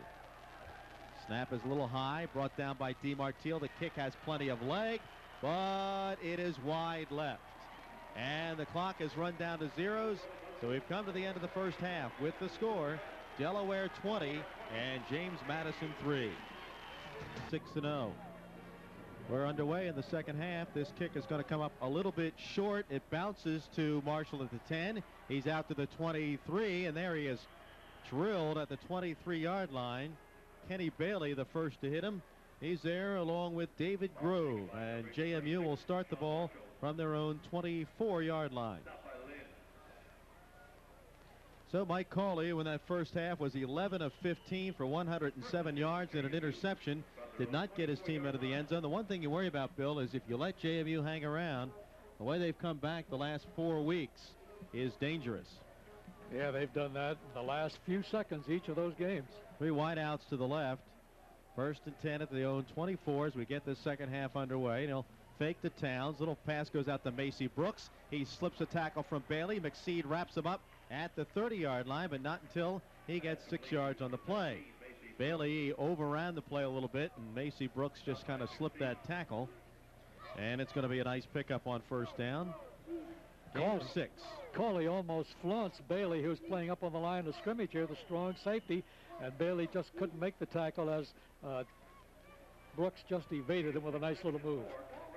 2nd down and 4, the ball right at the JMU 30-yard line. Shotgun formation for Cawley. Back to throw, looks over the middle. He's got Dorsey. Dorsey inside the 35 to the 36-yard line, where he's brought down by McSeed, and that's a JMU first down. Delaware, as almost always, using a 2-deep zone defense. Cawley, their trigger man for JMU, has got a nice quick release. He's an experienced quarterback, and he's got a lot of people who know where to be at the right time. There's a very quick slant pattern by Juan Dorsey for the first down. 1st and 10 at the 35 or 36-yard line, I should say. And the shotgun again. Got time. Throws the ball out there to Brooks. Brooks catches it at the 42, and he is wrapped up and taken out of bounds by Bailey, and they're going to take him all the way back to the 40-yard line. Now they're going to, let's see, the officials are disagreeing on where it's going to be spotted. Now they're going to put it out at the 42. The biggest disagreement these officials have had was on that apparent touchdown by Connie, when one official, the field judge, the back judge, right on top of it, ruled touchdown. The other side of the field official said no. 2nd and 4, the ball at the JMU 42-yard line, and Cawley again at the shotgun. Drops straight back to throw, looks over the middle. It's caught by Perry, the tight end, as he reaches behind him at the 46, and Darrell Green drops him at the 46, but it's another Duke's first down. He rifled that one out there as it looked like he was throwing for a man underneath Perry. He had good protection. Now he fires the ball away, and Perry had to reach behind him for the ball, but he makes a nice catch. He's a good one, this Cawley. He just keeps picking away, and eventually he gets what he wants. 1st and 10 at the Delaware 46-yard line. Again, the shotgun formation. Looking out. Here's a little out pattern that goes to Dorsey at the 39-yard line. He carries tacklers down to the 36-yard line and out of bounds at the 35. They're even going to say it's inside the 35, and that's another first down for the Dukes. Even with the blitz right on top of him, it was McSeed coming from the left side. Cawley lets go. He stands there, cool, lets it fire. McSeed was almost on top of him, but he makes the completion. Well, he's just picking the Delaware secondary apart, but he's playing from the shotgun right now, and nothing is long. It's all short. It's a controlled passing game, much like BU employed a couple of weeks ago. Here's a little inside handoff to Towns. They try to fool Delaware, but it gets a couple of yards, and that's it. They didn't fool Gardner and D'Angelo. Once again, D'Angelo's going to be well into double digits on tackles this game. That goes down to the 32-yard line, a pickup of 2, second down and 8. People say, how come there's no Delaware pressure? Well, you have to get a couple of guys who are in there very quickly, and Cawley's even quicker releasing the ball, so it's difficult to get pressure on him. Second down play. Back to throw is Cawley. Fakes the little throw pass. It goes to Perry with it to the 29-yard line. D'Angelo all over him, and he gets a few yards out of it to the 29-yard line, and that's about it. Looks like Delaware is determined to blitz is more here in the second half. There was McSeed in again. They're doing their best to put pressure on him, and eventually they may get to him. Now they're going to spot it at the 27-yard line. That's a generous interpretation of forward progress. And it's going to be third down and 3 at the Delaware 27-yard line. Sun trying to come out here late in the afternoon in Harrisonburg, Virginia. Delaware with a 20-3 lead, 12:22 left in the third quarter. Dukes trying for their first touchdown of the afternoon. Cawley back to throw. A little out pattern, throws it behind Jones. Makes a nice catch. He's to the 20, inside the 20, to the 17-yard line. He reached behind him, Jay Jones, with a nice catch. And he gets a first down. The ball spotted at the Delaware 17. Boy, look at that. He is so cool. McSeed was right on top of him, and he virtually threw the ball between Seed's upraised arms as Larry went for a block. And it's a first and 10 at the Delaware 17. Wide right is Macy Brooks, Dorsey, and Jones to the left. Cawley in the shotgun. He's been in the shotgun almost the entire third quarter. Back to throw. Gets it over to the middle. There is Jones at the 12. Pickup of about 5. This is the epitome of the controlled passing game. It really is. You know, in the last 3 plays, McSeed has been right on top of Cawley, and he's completed all 3 times. Well, That's an amazing performance. The pass is so quick that McSeed, even with his speed, doesn't have time to get in on the quarterback. They'd be better off dropping him back into coverage. Now Cawley is over center on the second down play. Long count. Goes back, hands it off to Towns, off tackle, but he is dragged down at the 12. Carries Gardner to the 11-yard line, a pickup of a yard, and it's going to be third down and 4. So the running game, even when they're doing it infrequently and surprising Delaware with it, isn't gaining much at all. Third down at the 11, third and 4. They have to get to inside the 8, close to the 7 for a first down. Wide right is Macy Brooks, Jones, and Dorsey to the left. Crowd yelling as Cawley's over center. He drops back to throw. Looks, got a man in the end zone, but underthrows Jay Jones as Delaware got in pretty good on that play, and the coverage on Jones by Darrell Green was pretty good. And that's going to bring up a fourth down. And once again, the Delaware defense, Bill, it bends but forces JMU into a field goal attempt. They have not put Cawley on the seat of his pants yet, but the guy has taken them all the way down inside the red zone to the 11-yard line. Now they got to go for the field goal. John Corsi will try it. It will be spotted at the 18, a 28-yard field goal attempt from the left hash mark. Snap and the kick. Kick is up and the kick is good. There's a timeout on the field. 10:30 to play in the third quarter with a score. Delaware 20 and JMU 6. 7-yard drive. Says it was only 8 plays. It sure seemed like it was more than that. And they get 3 out of it. That's it. 20-6 Delaware. And JMU will kick off with 10:30 remaining in the third quarter. Pretty nice drive, Don. They eat up 4.5 minutes of the quarter, and Delaware's offense now will be on the field for the first time. But they still have a 20-6 lead, and the defense has still kept JMU out of the end zone. No mean feat, since JMU's averaging 33 points a game this year. Yep. Kicking off. This is Garner. Garner, a high kick. It's going to come down deep in the end zone, actually out of bounds. And Delaware will have the ball on the 20. Apparently across the goal line, inbounds. Just inbounds. Otherwise, that would be a penalty, a 5-yard penalty. You're right, you are. But Delaware will take over at its own 20-yard line with a 14-point lead. You don't feel safe when you've got a guy like Cauley who can march the team down the field. You may not feel safe, but you feel a little secure with Hamlet running the ball the way he has been.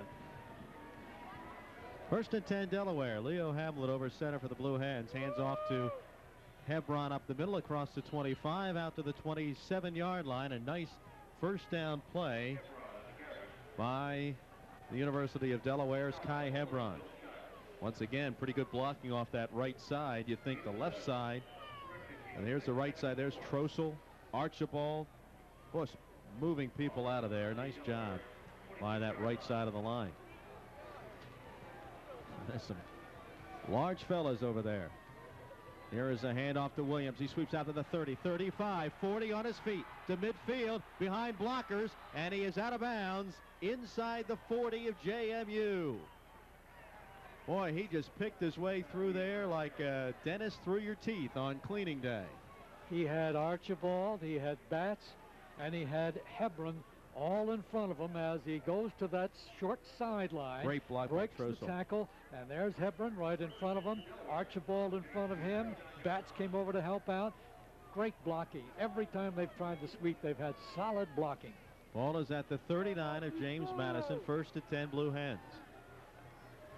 And that running game very effective today. Hand off to Hebron. Hebron gets it down just about to the 35-yard line. That's where he is slowed up and brought down by Mike Howard, leading the way from Shannon Trossel. Tell you, Bill, another guy that's doing a great job blocking today is Chris Kumpon. Kumpon goes about 280, 285, and Tubby Raymond had him at one of the luncheons recently and was extolling how he could become one of the better blockers at Delaware, and he's showing that today.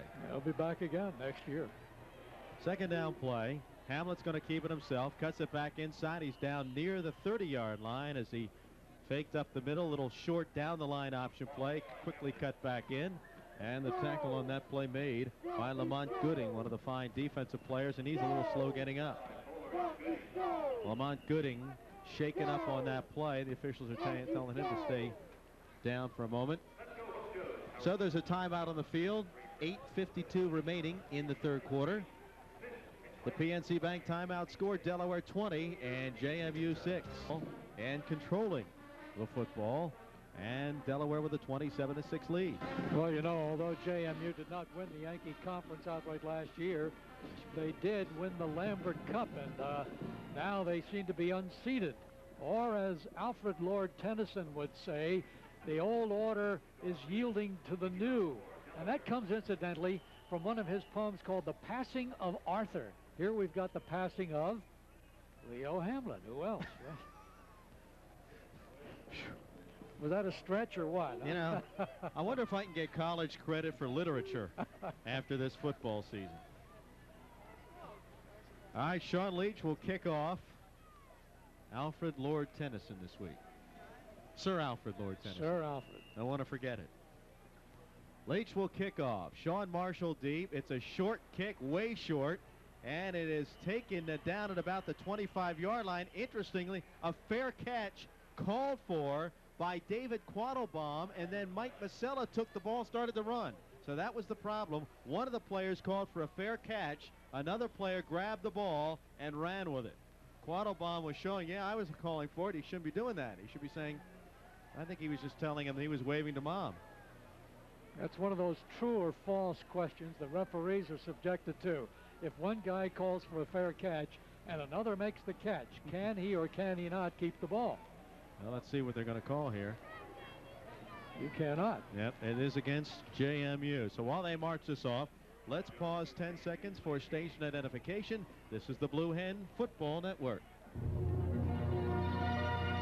This This is TCI Cablevision, Channel 2, serving Newcastle County.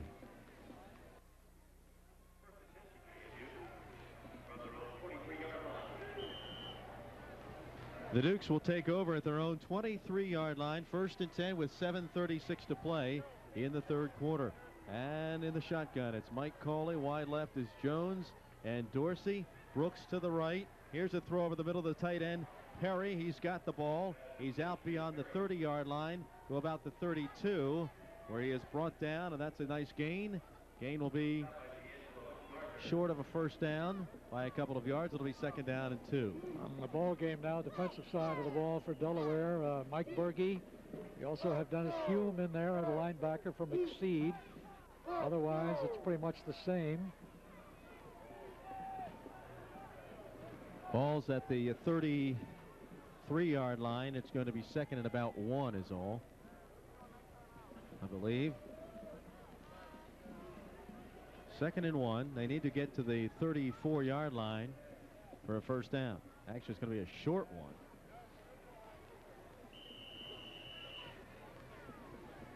Now they go back to the huddle after the officials determine exactly where the markers ought to be. 2 wideouts to the right, 1 to the left. That is Macy Brooks, the big 6'5" receiver.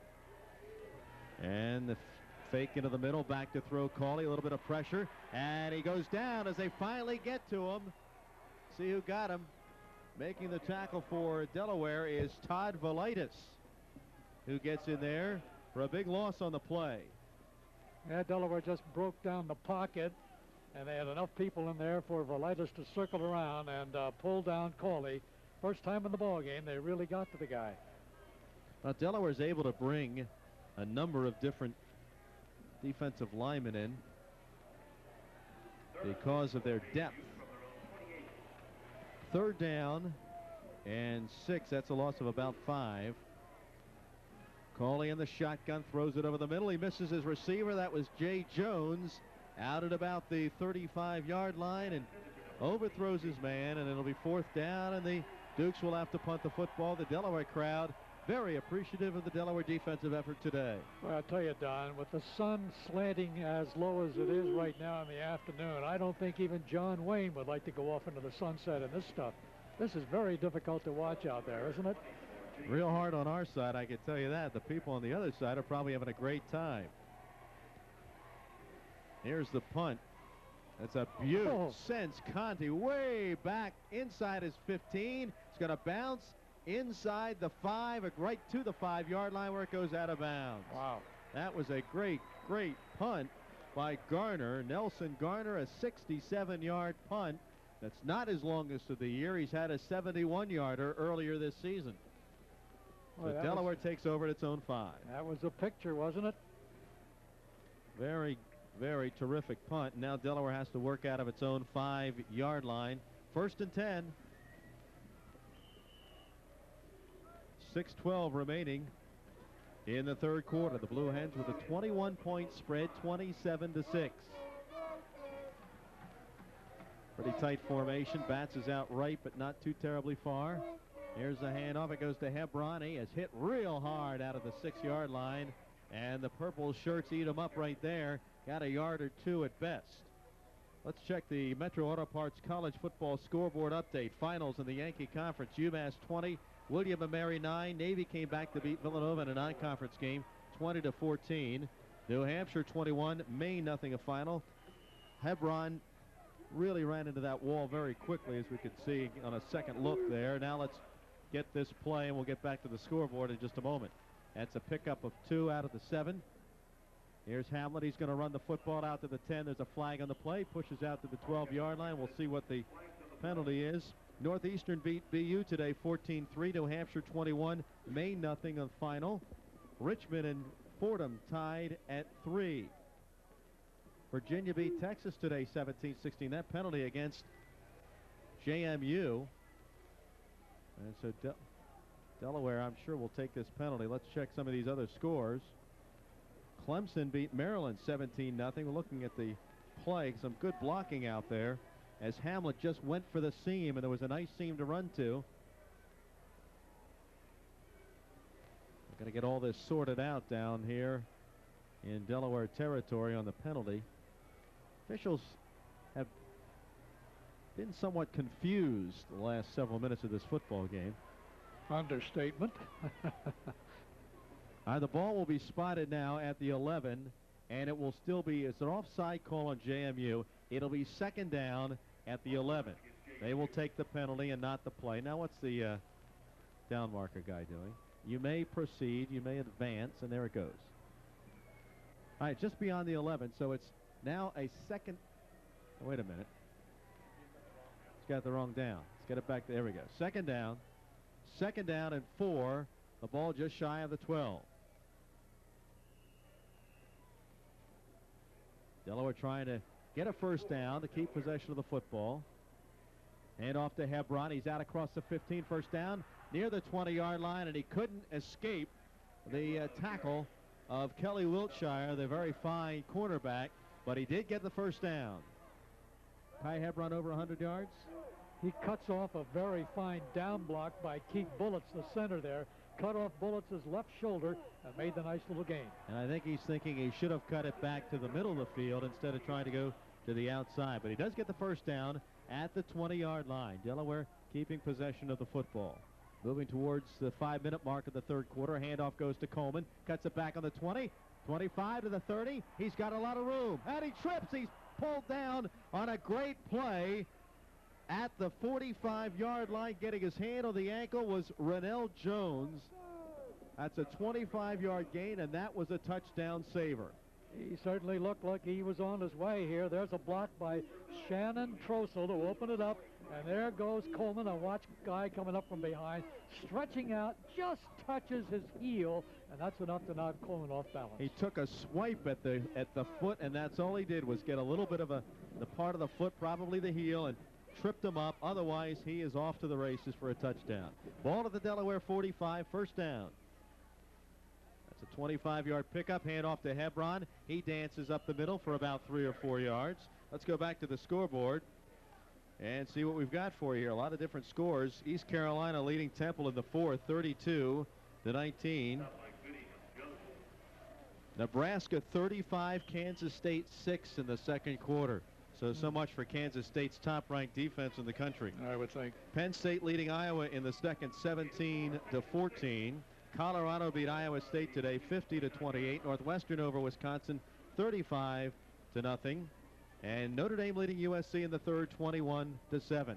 Here's the play. Handoff goes to Williams, and he's gone nowhere. Up to the 48, not quite back to the line of scrimmage, and they string it out and bring him down there.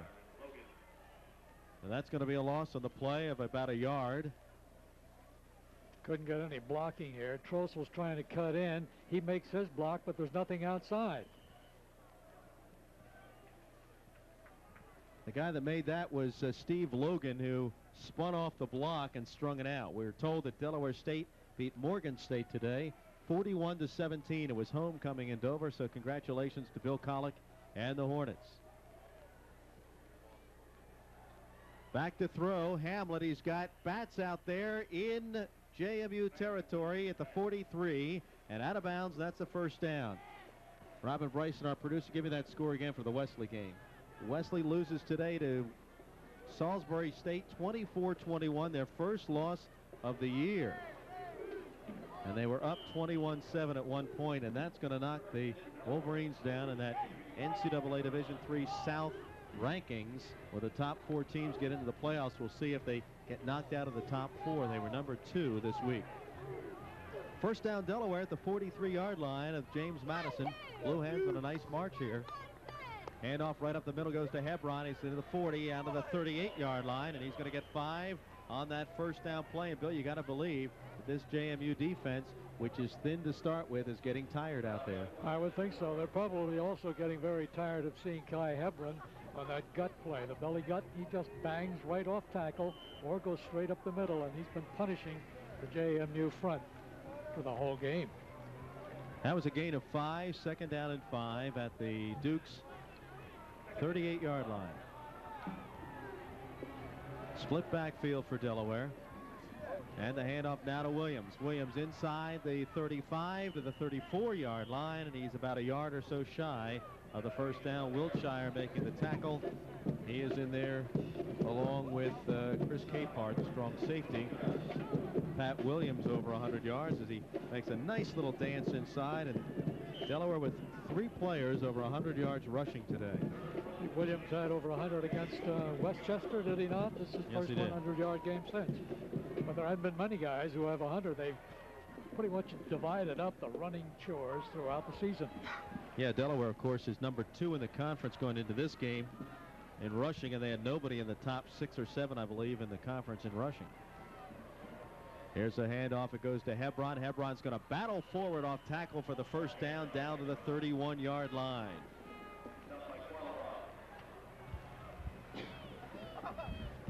David Quattlebaum, the linebacker, making the tackle, and Kai Hebron battling it. We've got an injury on JMU.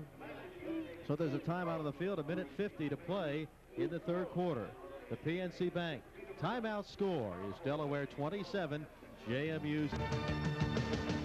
Delaware up 27-6 here at Harrisonburg, Virginia over the Dukes of JMU. I'm Don Volz along with Bill Pfeiffer.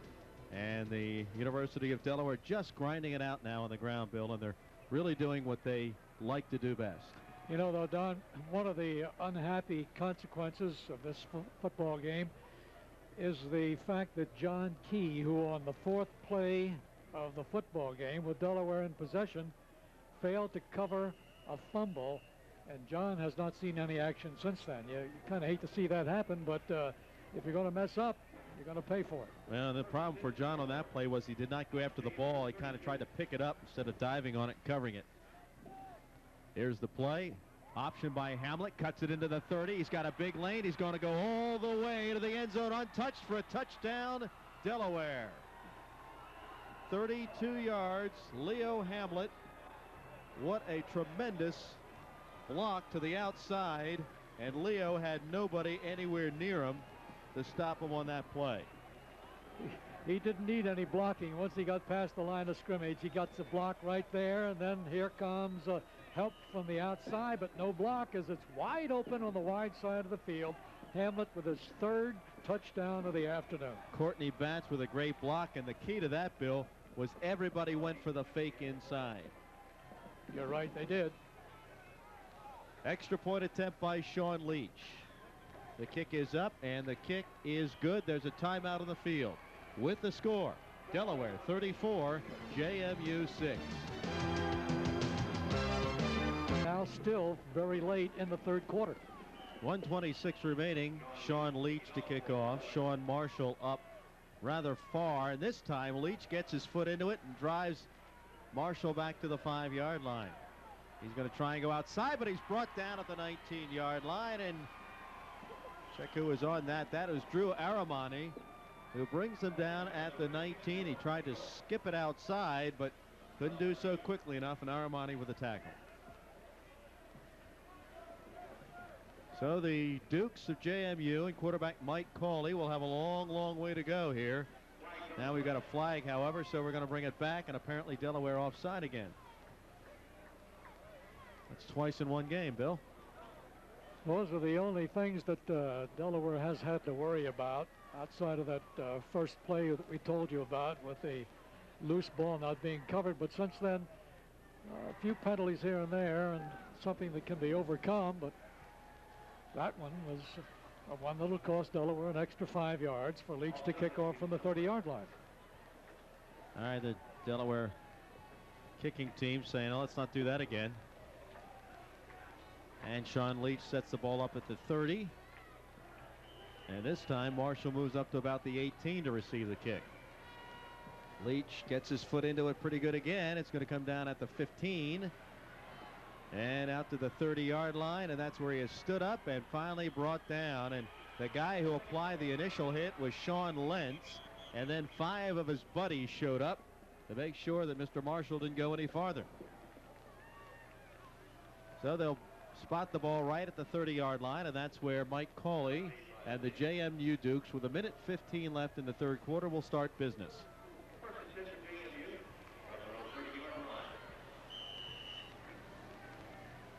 Been a pleasant trip so far to Harrisonburg for the University of Delaware fans.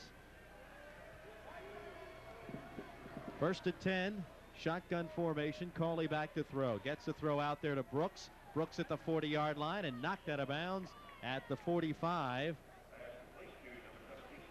And a first down for the Dukes.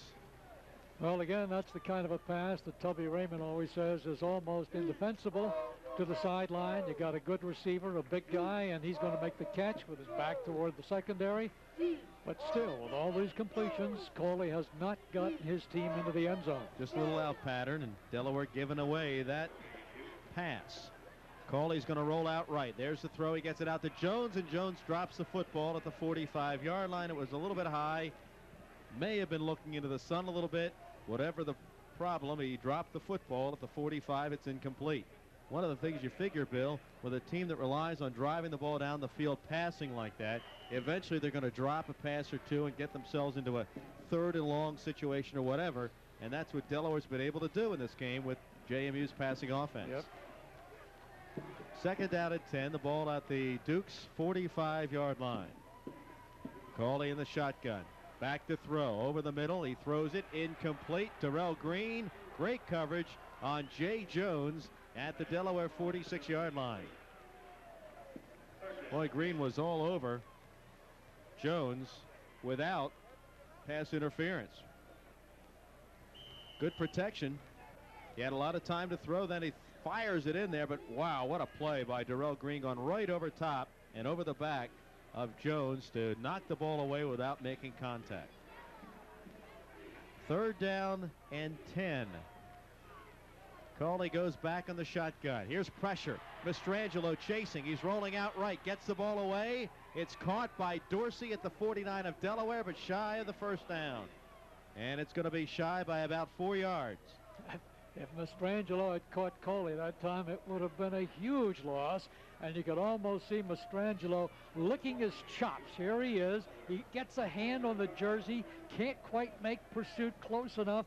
And Cawley gets the pass off. But Mastrangelo was thinking, oh, if I was a half step faster. He just shook off the block of Matt Ricciardi and got to the outside and nearly had him one-handed. Fourth down and about 4.5 to go at the Delaware 49-yard line. 50 seconds remaining, third quarter. Here comes pressure up the middle. He gets the ball away. It is incomplete at the Delaware 36-yard line, intended for Juan Dorsey, and he doesn't make the connection.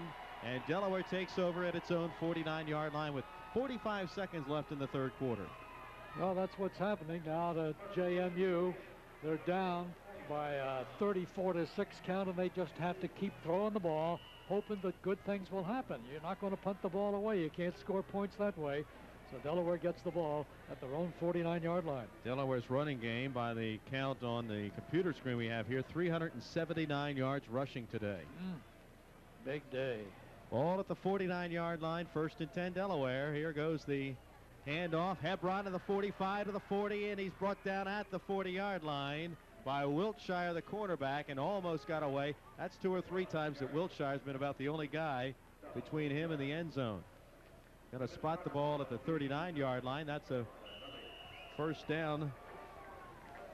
And old Kai tried to juke to the outside, but Wiltshire made a great open field tackle.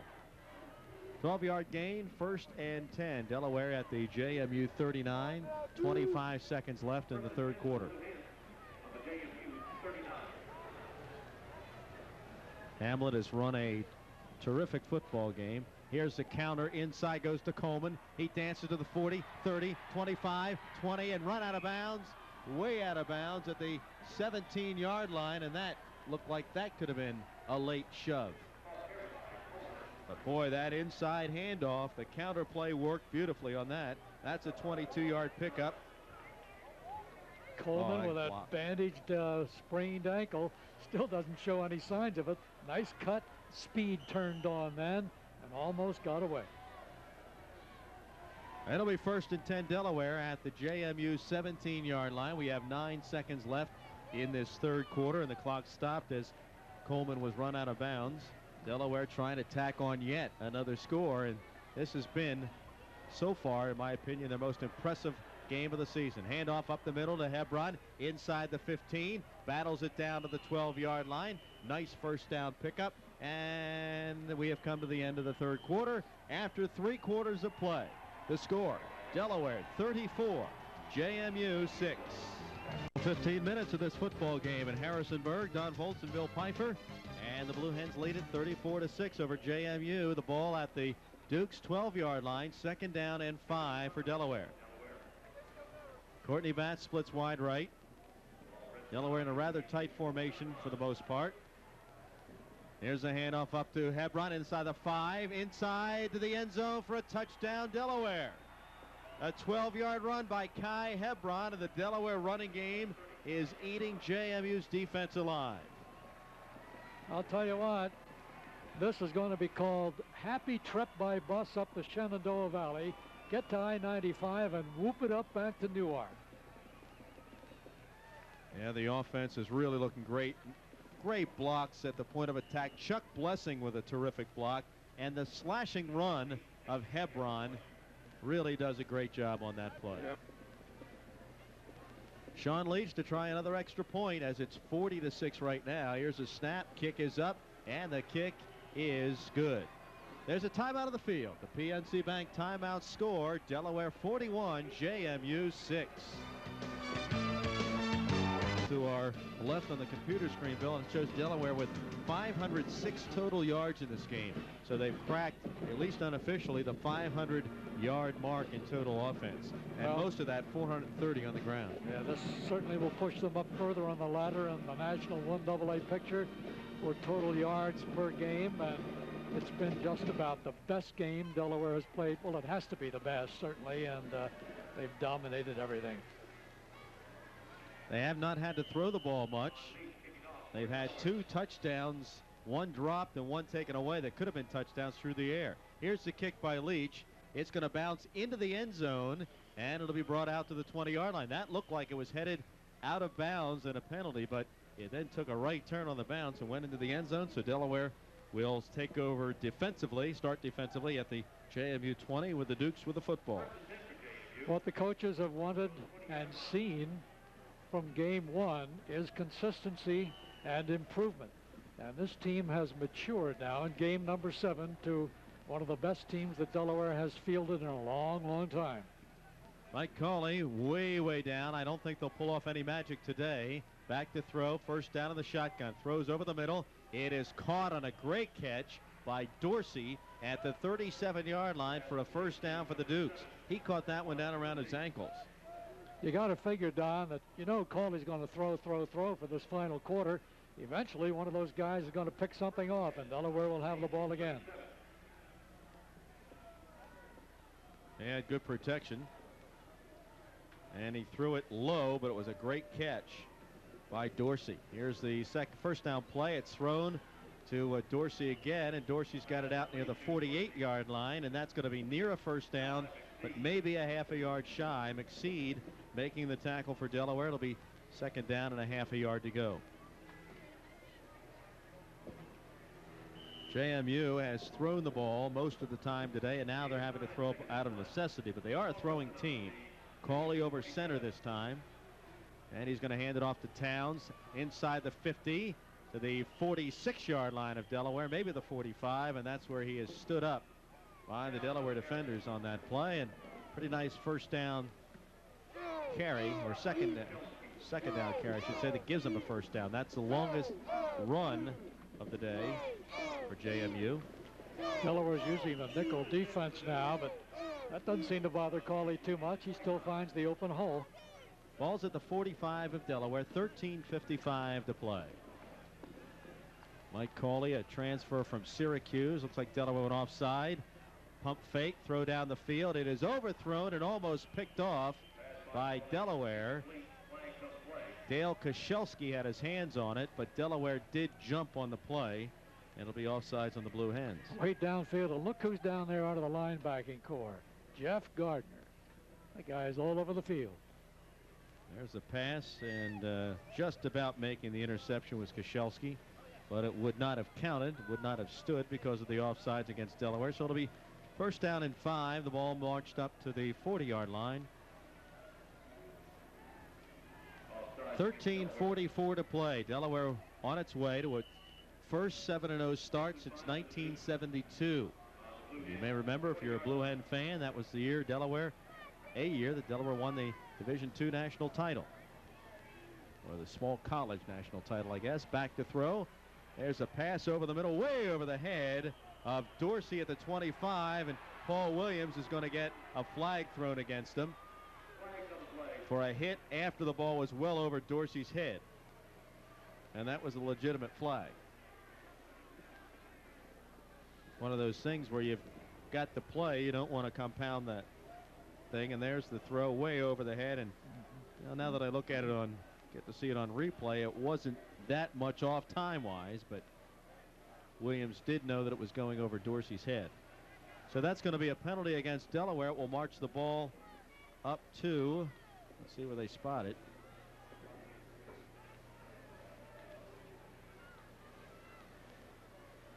Right up at the 25-yard line, and it'll be a 1st and 10 on the personal foul against Delaware.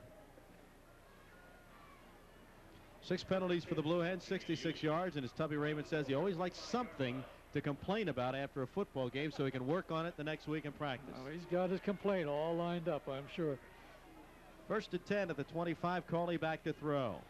Gets the ball away. He's got a man out there. That's Dorsey. They go up for it. He can't hang on. The coverage on the play by Jamie Bell. Is that Bell or Underwood? Turn sideways for me. That's Underwood. Derek Underwood making the great coverage on that play. The pass was nicely thrown all the way down to the field, but Underwood got his hands in there and broke it up. Delaware using the nickel now with Green and Bell and Underwood, Koshelski, and Bailey. 2nd down and 10. Cawley back to throw. Throws across the middle to Dorsey at the 20. To the 15. Where he doesn't quite make it to the 15. Koshelski comes across there to tackle him at the 16 or 17-yard line. Nice job by Dale Koshelski to keep him shy of the 1st down. Almost to the 16-yard line. It'll be 3rd down and a yard and a half to go. Cawley's driven him upfield with that passing game, controlled passing, all right, and he's done it effectively in a few plays. Back from their own 20.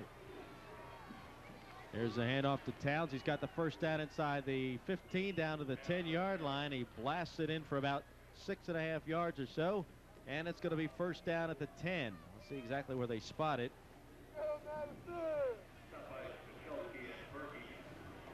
They can get a 1st down. Well, Delaware had that shutout last week against Richmond. The defense is hoping to keep JMU out of the end zone, but this is a big threat, the best of the ball game by the Dukes. 1st and 10, just outside the 10. They can get a 1st down. Cawley back to throw. He lofts it up for grabs and throws it out by Udy, the Blue Hen, who just about makes the catch out of the end zone.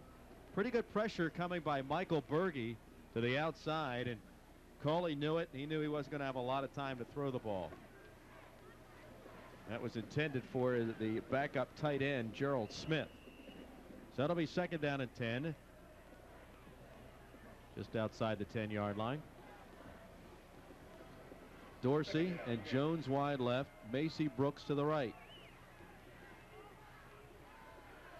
And Cawley goes back, looks left, throws the ball out there. He's got Jones at the 5. He's run out of bounds at about the 4, maybe the 3-yard line by Kenny Bailey. Just inside the 4. That's a pickup of almost 7 yards. It'll be 3rd down and 3. Little out pattern. That's tough to defend against because Jones pretty quick, pretty good size. Bailey on him, but shoves him out of bounds. Yeah, that kind of a pattern. You almost always have the defender behind the receiver. 3rd and 3 at the 3. Cawley over center, changing the play at the line of scrimmage. Drops back to throw. Little pass inside and into the end zone. Completion to Jay Jones for a James Madison touchdown. A 3-yard pass, Cawley to Jay Jones. And the Dukes get their first touchdown of the game. Just a quick slant over the middle. Jones had to turn around for it. Made a nice catch on a pretty hard ball to catch.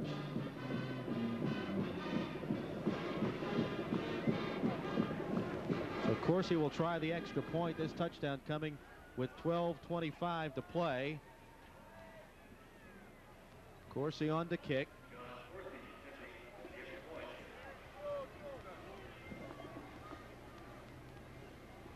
Snap. Kick is up. Oh, that was a skidder and no good. And what happened to that one? There's a timeout on the field. And the score is Delaware 41 and James Madison will kick off. He is also their punter. A lot of fans. A lot of James Madison fans at the party. Delaware fans are sticking around. He kicks it away. High kickoff. Marvell Scott takes it at the 8. He's out to the 15 and run out of bounds at the 16-yard line. So Delaware takes over there. This offense that has accounted for better than 500 yards today will try to move it down most of the length of the field and get another score. Of course, Delaware just like to control the football here, try to put an extended drive on. Keep the ball out of Mike Cawley's hands again. Got a new spread end in there who's seeing action, I think, for the first time this season. Jason Phillips. Keith Langen in at quarterback. John Key at running back, on with Greg McGraw. There's a handoff to Scott, the fullback. He's out to the 20 and across the 20-yard line by maybe half a yard. A lot of new linemen in there as well. Although we see Steve Archibald is still in the game. I don't think he'll permit them to take him out, will he? Don't tell him he's coming out. Let's see. Courtney Batts comes back in and Phillips checks out, so they'll shuttle plays in from Ted Kemsky, the offensive coordinator. And Batts goes wide right. Not expecting to see him throw the ball to him, but Langen over center.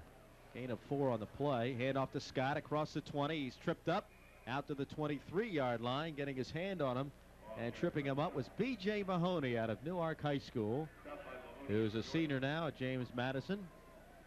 Had some injury problems, seen some limited playing time. Not only injury problems, but also he is a senior, and we understand he's been doing a lot of interviewing for potential jobs when he gets out of school, and that's cut into his practice time here with the Dukes. Brian Cook handling the ball snapping now in place of Keith Bullets for Delaware. And he's a big guy, 6'5", 270.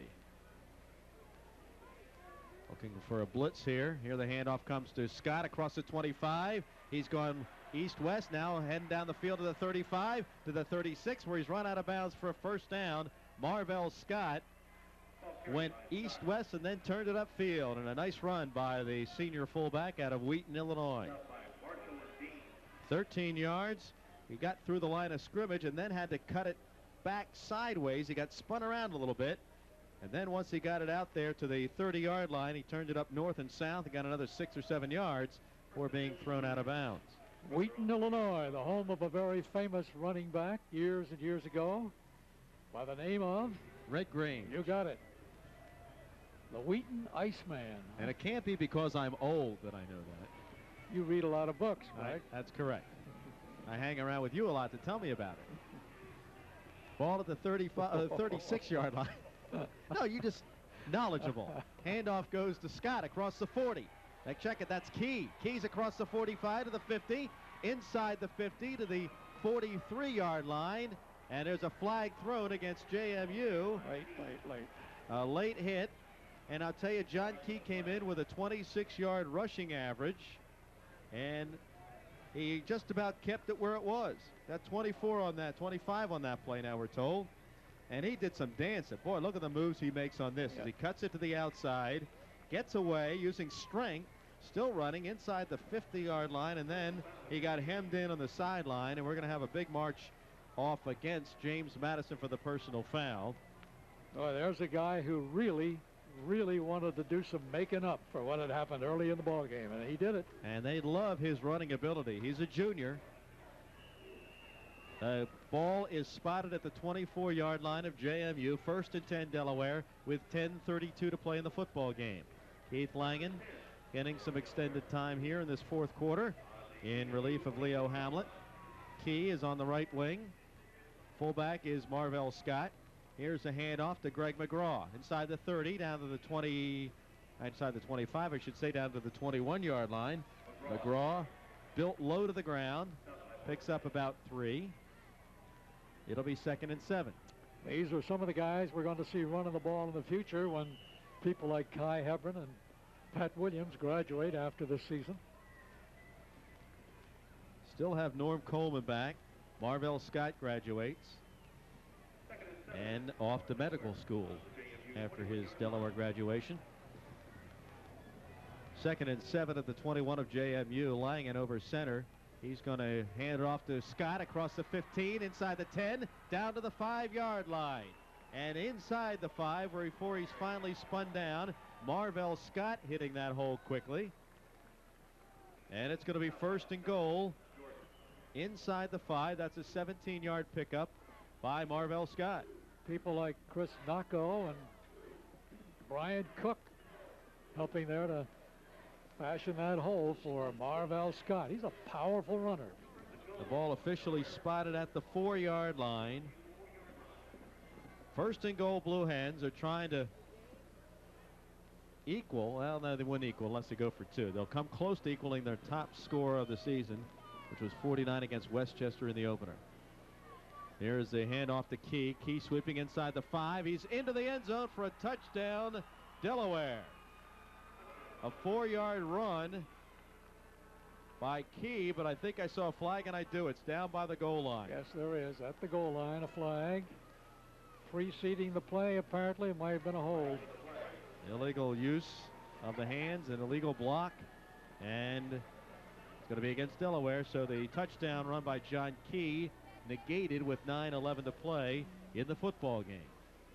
That'll move it back to the 11-yard line, where it'll be 1st and goal from the 11. That's a 6-yard, 6.5 or 7-yard penalty. Spot of the foul. Yep. So it had to have occurred behind the line of scrimmage.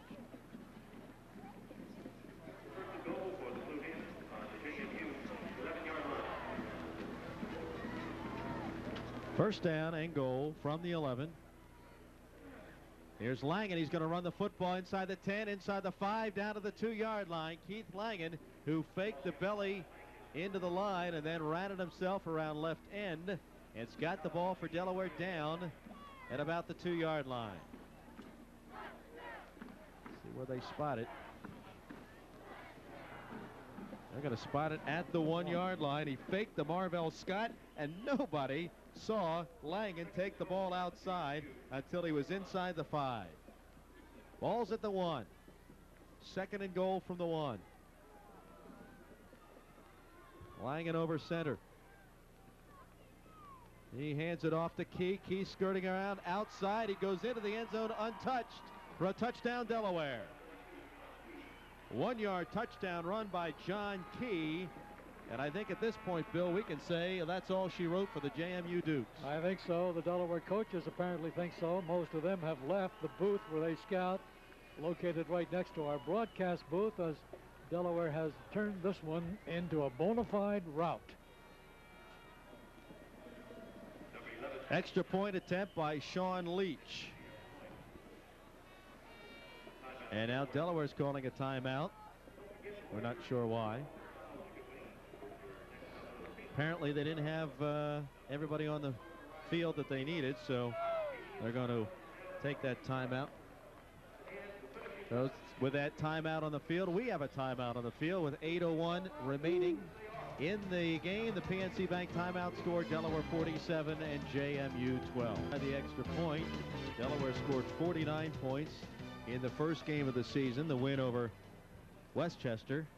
And this will be the second highest point, in fact is right now the second highest point production of the season. They came in averaging 34 points a game. Leach gets the kick up, and the kick is good. 8:01 remaining, so that makes it 48-12. And prior to that, I was going to say that Sean Leach had not missed a kick all season long. I thought better of it, so as not to do what normally happens when we say those kind of things. And he connected with it, so he is still perfect at his extra point attempts this year. Delaware on a 9-play, 84-yard drive. And Bill, Tubby Raymond, prior to this game, still saying we're not driving the ball enough. He's got to be happy with the fact that this team has gone 7, 8, 9, 10-play drives throughout this football game and scored coming off of whether it be by a field goal or a touchdown. They've been driving it and controlling the football. That's exactly correct. It's quite a difference and a refreshing one for coaches after Delaware had fashioned their 6-0 mark mostly with big plays prior to the day. But they've put it all together today.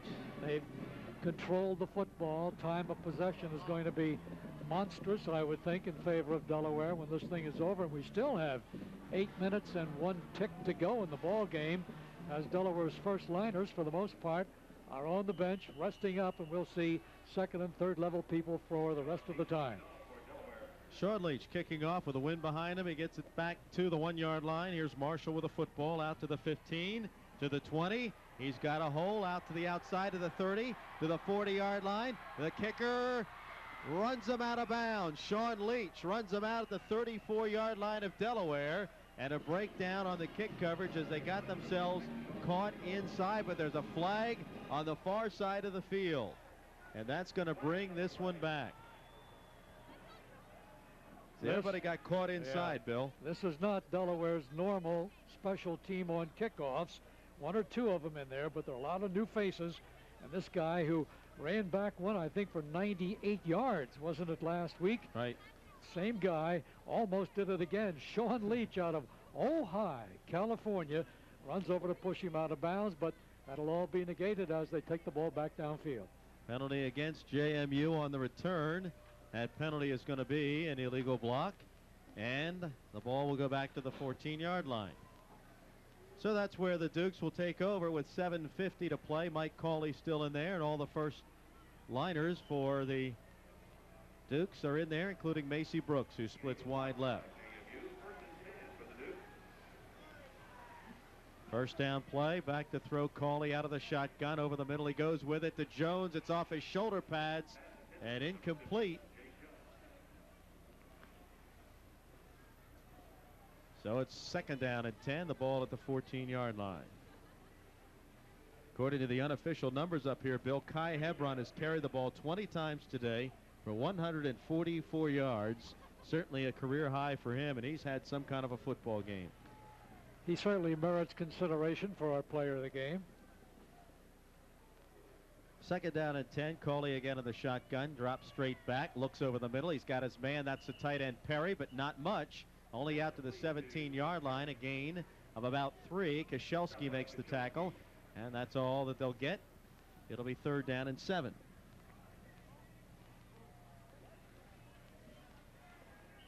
Despite all the changes we have seen up front, the down people and the linebackers, that secondary remains essentially the same that started the football game, with an addition, and that's in the nickel. Third down, 7 for JMU. Mike Cawley, some pressure, gets the ball away. He's going down, going deep. There's Jones, almost intercepted by Koszelski, I believe that. No, it's Bailey, Kenny Bailey, who just about picked it off down at the 40-yard line of Delaware. Well, so step for step. Yes, sir. Anytime that a secondary person is going downfield covering, once that ball leaves the hand of the quarterback, the defender turns into a receiver, and Kenny Bailey almost became that. Just about had it, and it's going to be a punting situation. Nelson Garner back at his own 5-yard line, and he gets the kick away into the wind. It's high, it's a spiral. Conti takes it over his shoulder at the 45-yard line. He's going to have to go deep, back to the 40, and he is corralled at the 40-yard line, and the ball is loose, and let's see who came up with it.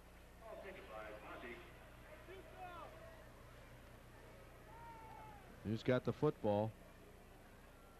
JMU comes out with it, and they've got it. Coming up with the football is B.J. Mahoney out of Newark High School. And it'll be first down for the Dukes at the Delaware 41. So Eddie Conte trying to make a big play out of this by going deep on it. Couldn't hang on to the football. He really retreated. He retreated a full 5 yards, and that's where he got caught. And catching him on the play was Ed Perry, the tight end, and then coming in to strip him of the football was Chris Gill. First down now at the 41-yard line for JMU. Cawley looks over the middle. Now he throws a little out pass to Towns, his running back, to the 40, to the 37-yard line, and that's where he is stood up and run out of bounds by Delaware defenders Dennis Hume and Darrell Green. Gain on that play of about 4 to the 37. Clock is not stopped. They say his forward progress came before he's run out of bounds. Down to 6:20 on the clock. Second down 6, the ball at the 37 of Delaware. Back to throw is Cawley. Cawley over the middle. He's got Brooks. He drops the football at the 32. Macy Brooks said, "I'm going to run before I have the ball." He visioned himself running into the end zone with that one, and I think if he had caught the ball, he might have made it because it looked like he had a clear track. Visions of grandeur in his eyesight, but he didn't have the ball in his eyesight, apparently, at least not in his hands. Drops the ball. He is a very fine receiver. He's made some great catches this year, but he didn't make one there. Third down, Cawley over the middle. He's got his tight end, and what a pop on the play by Darrell Green at the 33-yard line, short of the first down. Boy, Darrell came up and popped that big guy, and he comes up 2 yards shy of the first. Catches the ball, and boom, before his feet even hit the ground, Darrell Green knocks Ed Perry down, and he's 2 yards shy of the first. It'll be 4th down and 2, and JMU brings them out to try and get those 2 yards. Down to 5:34 in this football game.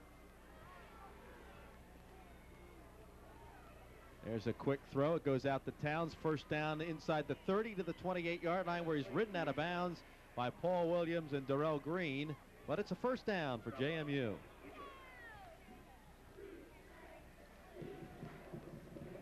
Bill, this has to be, I would say, Delaware's best all-around effort of the year, offense and defense. Without a doubt. How many times did we have Cawley throwing the ball so far? 46 by this here. He's 31 of 46 for 263 yards. Far off a record that has been established against Delaware by others. Back to throw on first down. Mike Cawley, he's run down from behind and tackled back at the 38-yard line. Mark Hondrew and Dennis Hume getting in on the defense for that tackle. You know, we haven't mentioned Mark Hondrew, I don't think, throughout the game today, except right here, and he makes the big sack. Mark's going to feel a lot better about himself. He's been playing well. Actually, it's just that he hasn't made any of those unassisted tackles he loves to make. Looking at that one good again. That was Dennis Hume, who came off the outside, and Hondrew was there to make sure he didn't go anywhere. But Hume has had a big year for sacks in what really essentially is limited playing time. Back at the 38-yard line, second down and long. Cawley is going to go long. He's got Macy Brooks out there, a long pass, and overthrows him in the end zone. Coverage by Koshelski deep, along with Paul Williams, and it's going to be a third down situation. We have 4:34 left in this football game. There's about as frustrated a quarterback as you'll ever want to see. Mike Cawley spreads his arms as he looks at his bench as if to say, you know, I've done everything I can, but I just can't connect in the end zone. What now is basically what he's saying. Wide right is Matt Brown. Macy Brooks getting a breather. Back to throw. Cawley throws it over the middle. It's off the hands of his receiver, picked off by Underwood at the 15.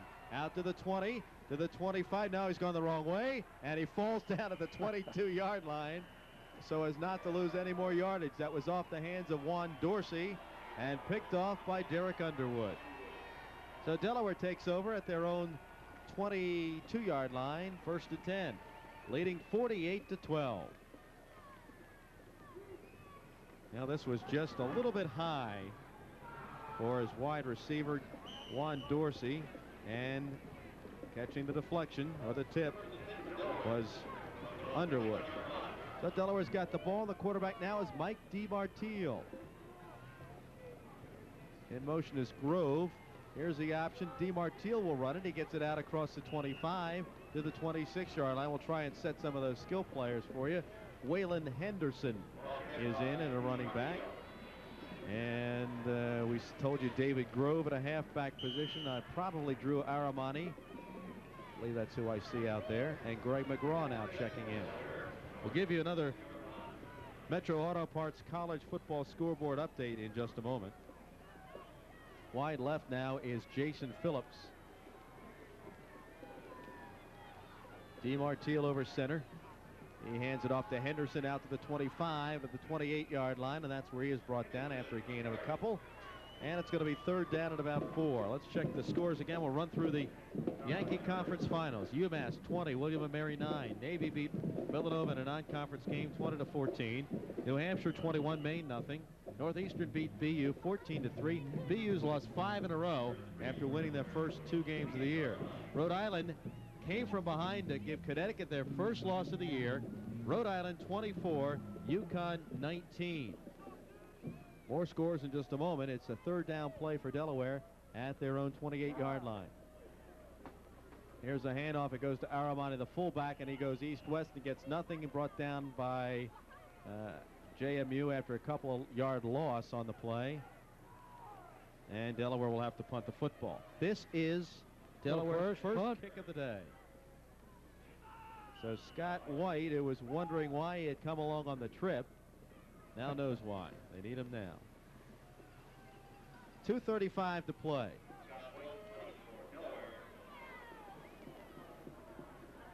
He's back at his own 12-yard line.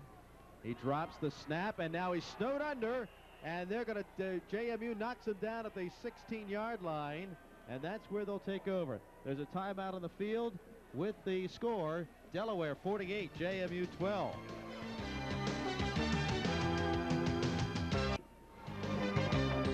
Willie Gonzalez in there, quarterback, a lefty. First down, he throws, and it's dropped by Macy Brooks inside the 15 for an incomplete pass. Let's see who else he's got in there. He's also got Dorsey in there, and a new wideout is Danny Steeper. Well, this game has turned into one of those things where both teams are just hoping to run out the clock. The foregone conclusion was foregone long ago and back in the third quarter. Willie Gonzalez is a 6'3", 215-pound junior. He's a southpaw. He's back to throw. Out of the backfield, he hits his running back at the 20-yard line. That's Damon Roberts, and he's wrapped up for a loss of a couple of yards. He'll spot the ball at the 18, so that's a loss of 2 on the play. It'll be third down and 12. Right now, let's pause station identification. This is the Blue Hand Football Network. This is TCI Cablevision, Channel 2, serving Newcastle County.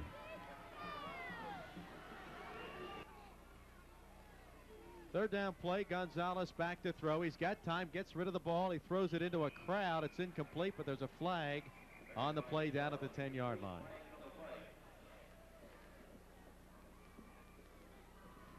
Now let's see what they call here. It's going to be a defensive hold in the secondary against Delaware. Pretty good protection for Gonzalez. Gets rid of the ball. Can't see who the hold was on. But it's going to be marched off against the Blue Hens. They'll put the ball inside the 10 at the 9-yard line. Some people in there for Delaware we haven't seen much of this year. Keith Cregan, Jim Egan up front. First and goal, JMU at the 9-yard line. Gonzalez, the quarterback, trying to get another score on the board. Back to throw. Looks, steps up into the pocket, gets rid of it. He's got his man. That's Dorsey at the 1 and into the end zone for a touchdown, James Madison. That's a 9-yard pass. Gonzalez to Dorsey. And the second touchdown of the day for the Dukes. And pretty good protection as Hume goes right past the quarterback. Nice tight spiral. The coverage not too bad, but Dorsey gets it on the 9-yard throw. Extra point attempt by John Corsi, who's missed one today.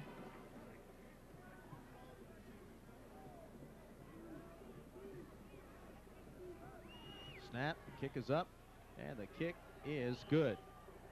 So with 1:32 left, that makes it 48-19 Delaware as Dorsey makes the 9-yard catch. But this one in the books for all intents and purposes. Just another minute 32 to run out here. And Delaware will be 7-0. And the Dukes will fall to 7-1. Next week, Parents' Day. Next week is Maine, Parents' Day crowd. And should be a big crowd. Interesting game. I'm sorry, the Dukes will be 6-2. Right. I'm right. Now, I was wrong before. People are wondering who he's talking to. I don't know. I talk to myself a lot, but at the moment, Robin Bryce is trying to correct me, and I should have listened to him initially. Somehow, my brain got caught in the Harrisonburg fog, which is not here, so it's all of my own making, apparently. It's a nice clear day. On a clear day, you can see forever. You can see the Newark anyhow. Huh? Well, JMU will kick off, trailing 48-19. And there were no miracles in the JMU offense today. They were just too far behind. That was the key in previous weeks, where they hung around long enough to make that big comeback that they needed at the end. But today, the Blue Hens rolling up the points and the yards. Here's a kick by Garner, and it's deep. It's going to bounce at the 2 into the end zone. Key takes it there, goes down to one knee, and the Blue Hens will bring it out to the 20-yard line. And DeMartile comes out again to quarterback. There's the kind of a kid that you like to see get into the action. Mike DeMartile, he's been around with Delaware for a long, long time, and when he gets a chance, he plays just as hard as he possibly can. He's a senior out of Woodbury, New Jersey, and he's played on demo teams and on third level and just about every place else you can imagine as a quarterback for Delaware. Man in motions Henderson, inside handoff it goes to Greg McGraw, and he has stood up after maybe a yard gain. Check it, that's David Grove on the carry. At about a yard out to the 21-yard line, 2nd down 9. Delaware's going to let this one run. Minute 15 to play in the game. Total offense pushing 600 yards, a little bit shy of it today. Next week it's Maine for Parents' Day. And the week after that, William and Mary, and that'll do it for home games at Delaware Stadium this year, unless the playoffs beckon and they get a home game there. Here's a handoff this time to McGraw. He's going to sweep around to the side, 20, 25-yard line, out to the 27, and ridden out of bounds there after a pickup of 6. That'll stop the clock with 39 seconds remaining. And this has been a complete effort by Delaware. We're going to have to put our thinking caps on to figure out who out of all these people that contributed today is worthy of player of the game. And Bill, what's interesting, looking over the well, there were 2 long touchdowns by Delaware in the day, but for the most part you remember some of the short ones at the end of long drives. Here's a 3rd down play. Hand off to McGraw. McGraw's got the first down across the 30 to the 35 to the 37-yard line, and a first down Delaware. And there's 21 seconds left, and I'm sure Delaware's going to let that just wind down. They move the chains, which stops the clock. And the clock starts running again. Delaware does not have to run off another play, and I don't believe they will. Down to 10 seconds. Half-hearted huddle going on, and that's going to be it. Delaware will not run off another play as the Blue Hens now raise their record to 7-0, and James Madison falls to 6-2 on the year. Our final score here at Bridgeforth Stadium, Delaware 48 and James Madison 19.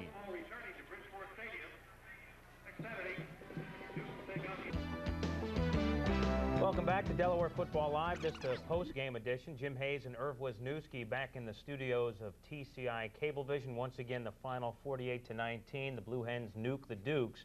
Delaware 7-0 and a 13-game unbeaten streak in the process. Coach Wiz, you've had that hat all day. What's it for? What's it for?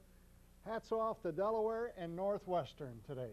Possibly for the Blue Hens anyway. A national championship, certainly a team that's in the mix for the postseason, but a long way to go. We don't mention that because we've still got, what, 4 games left.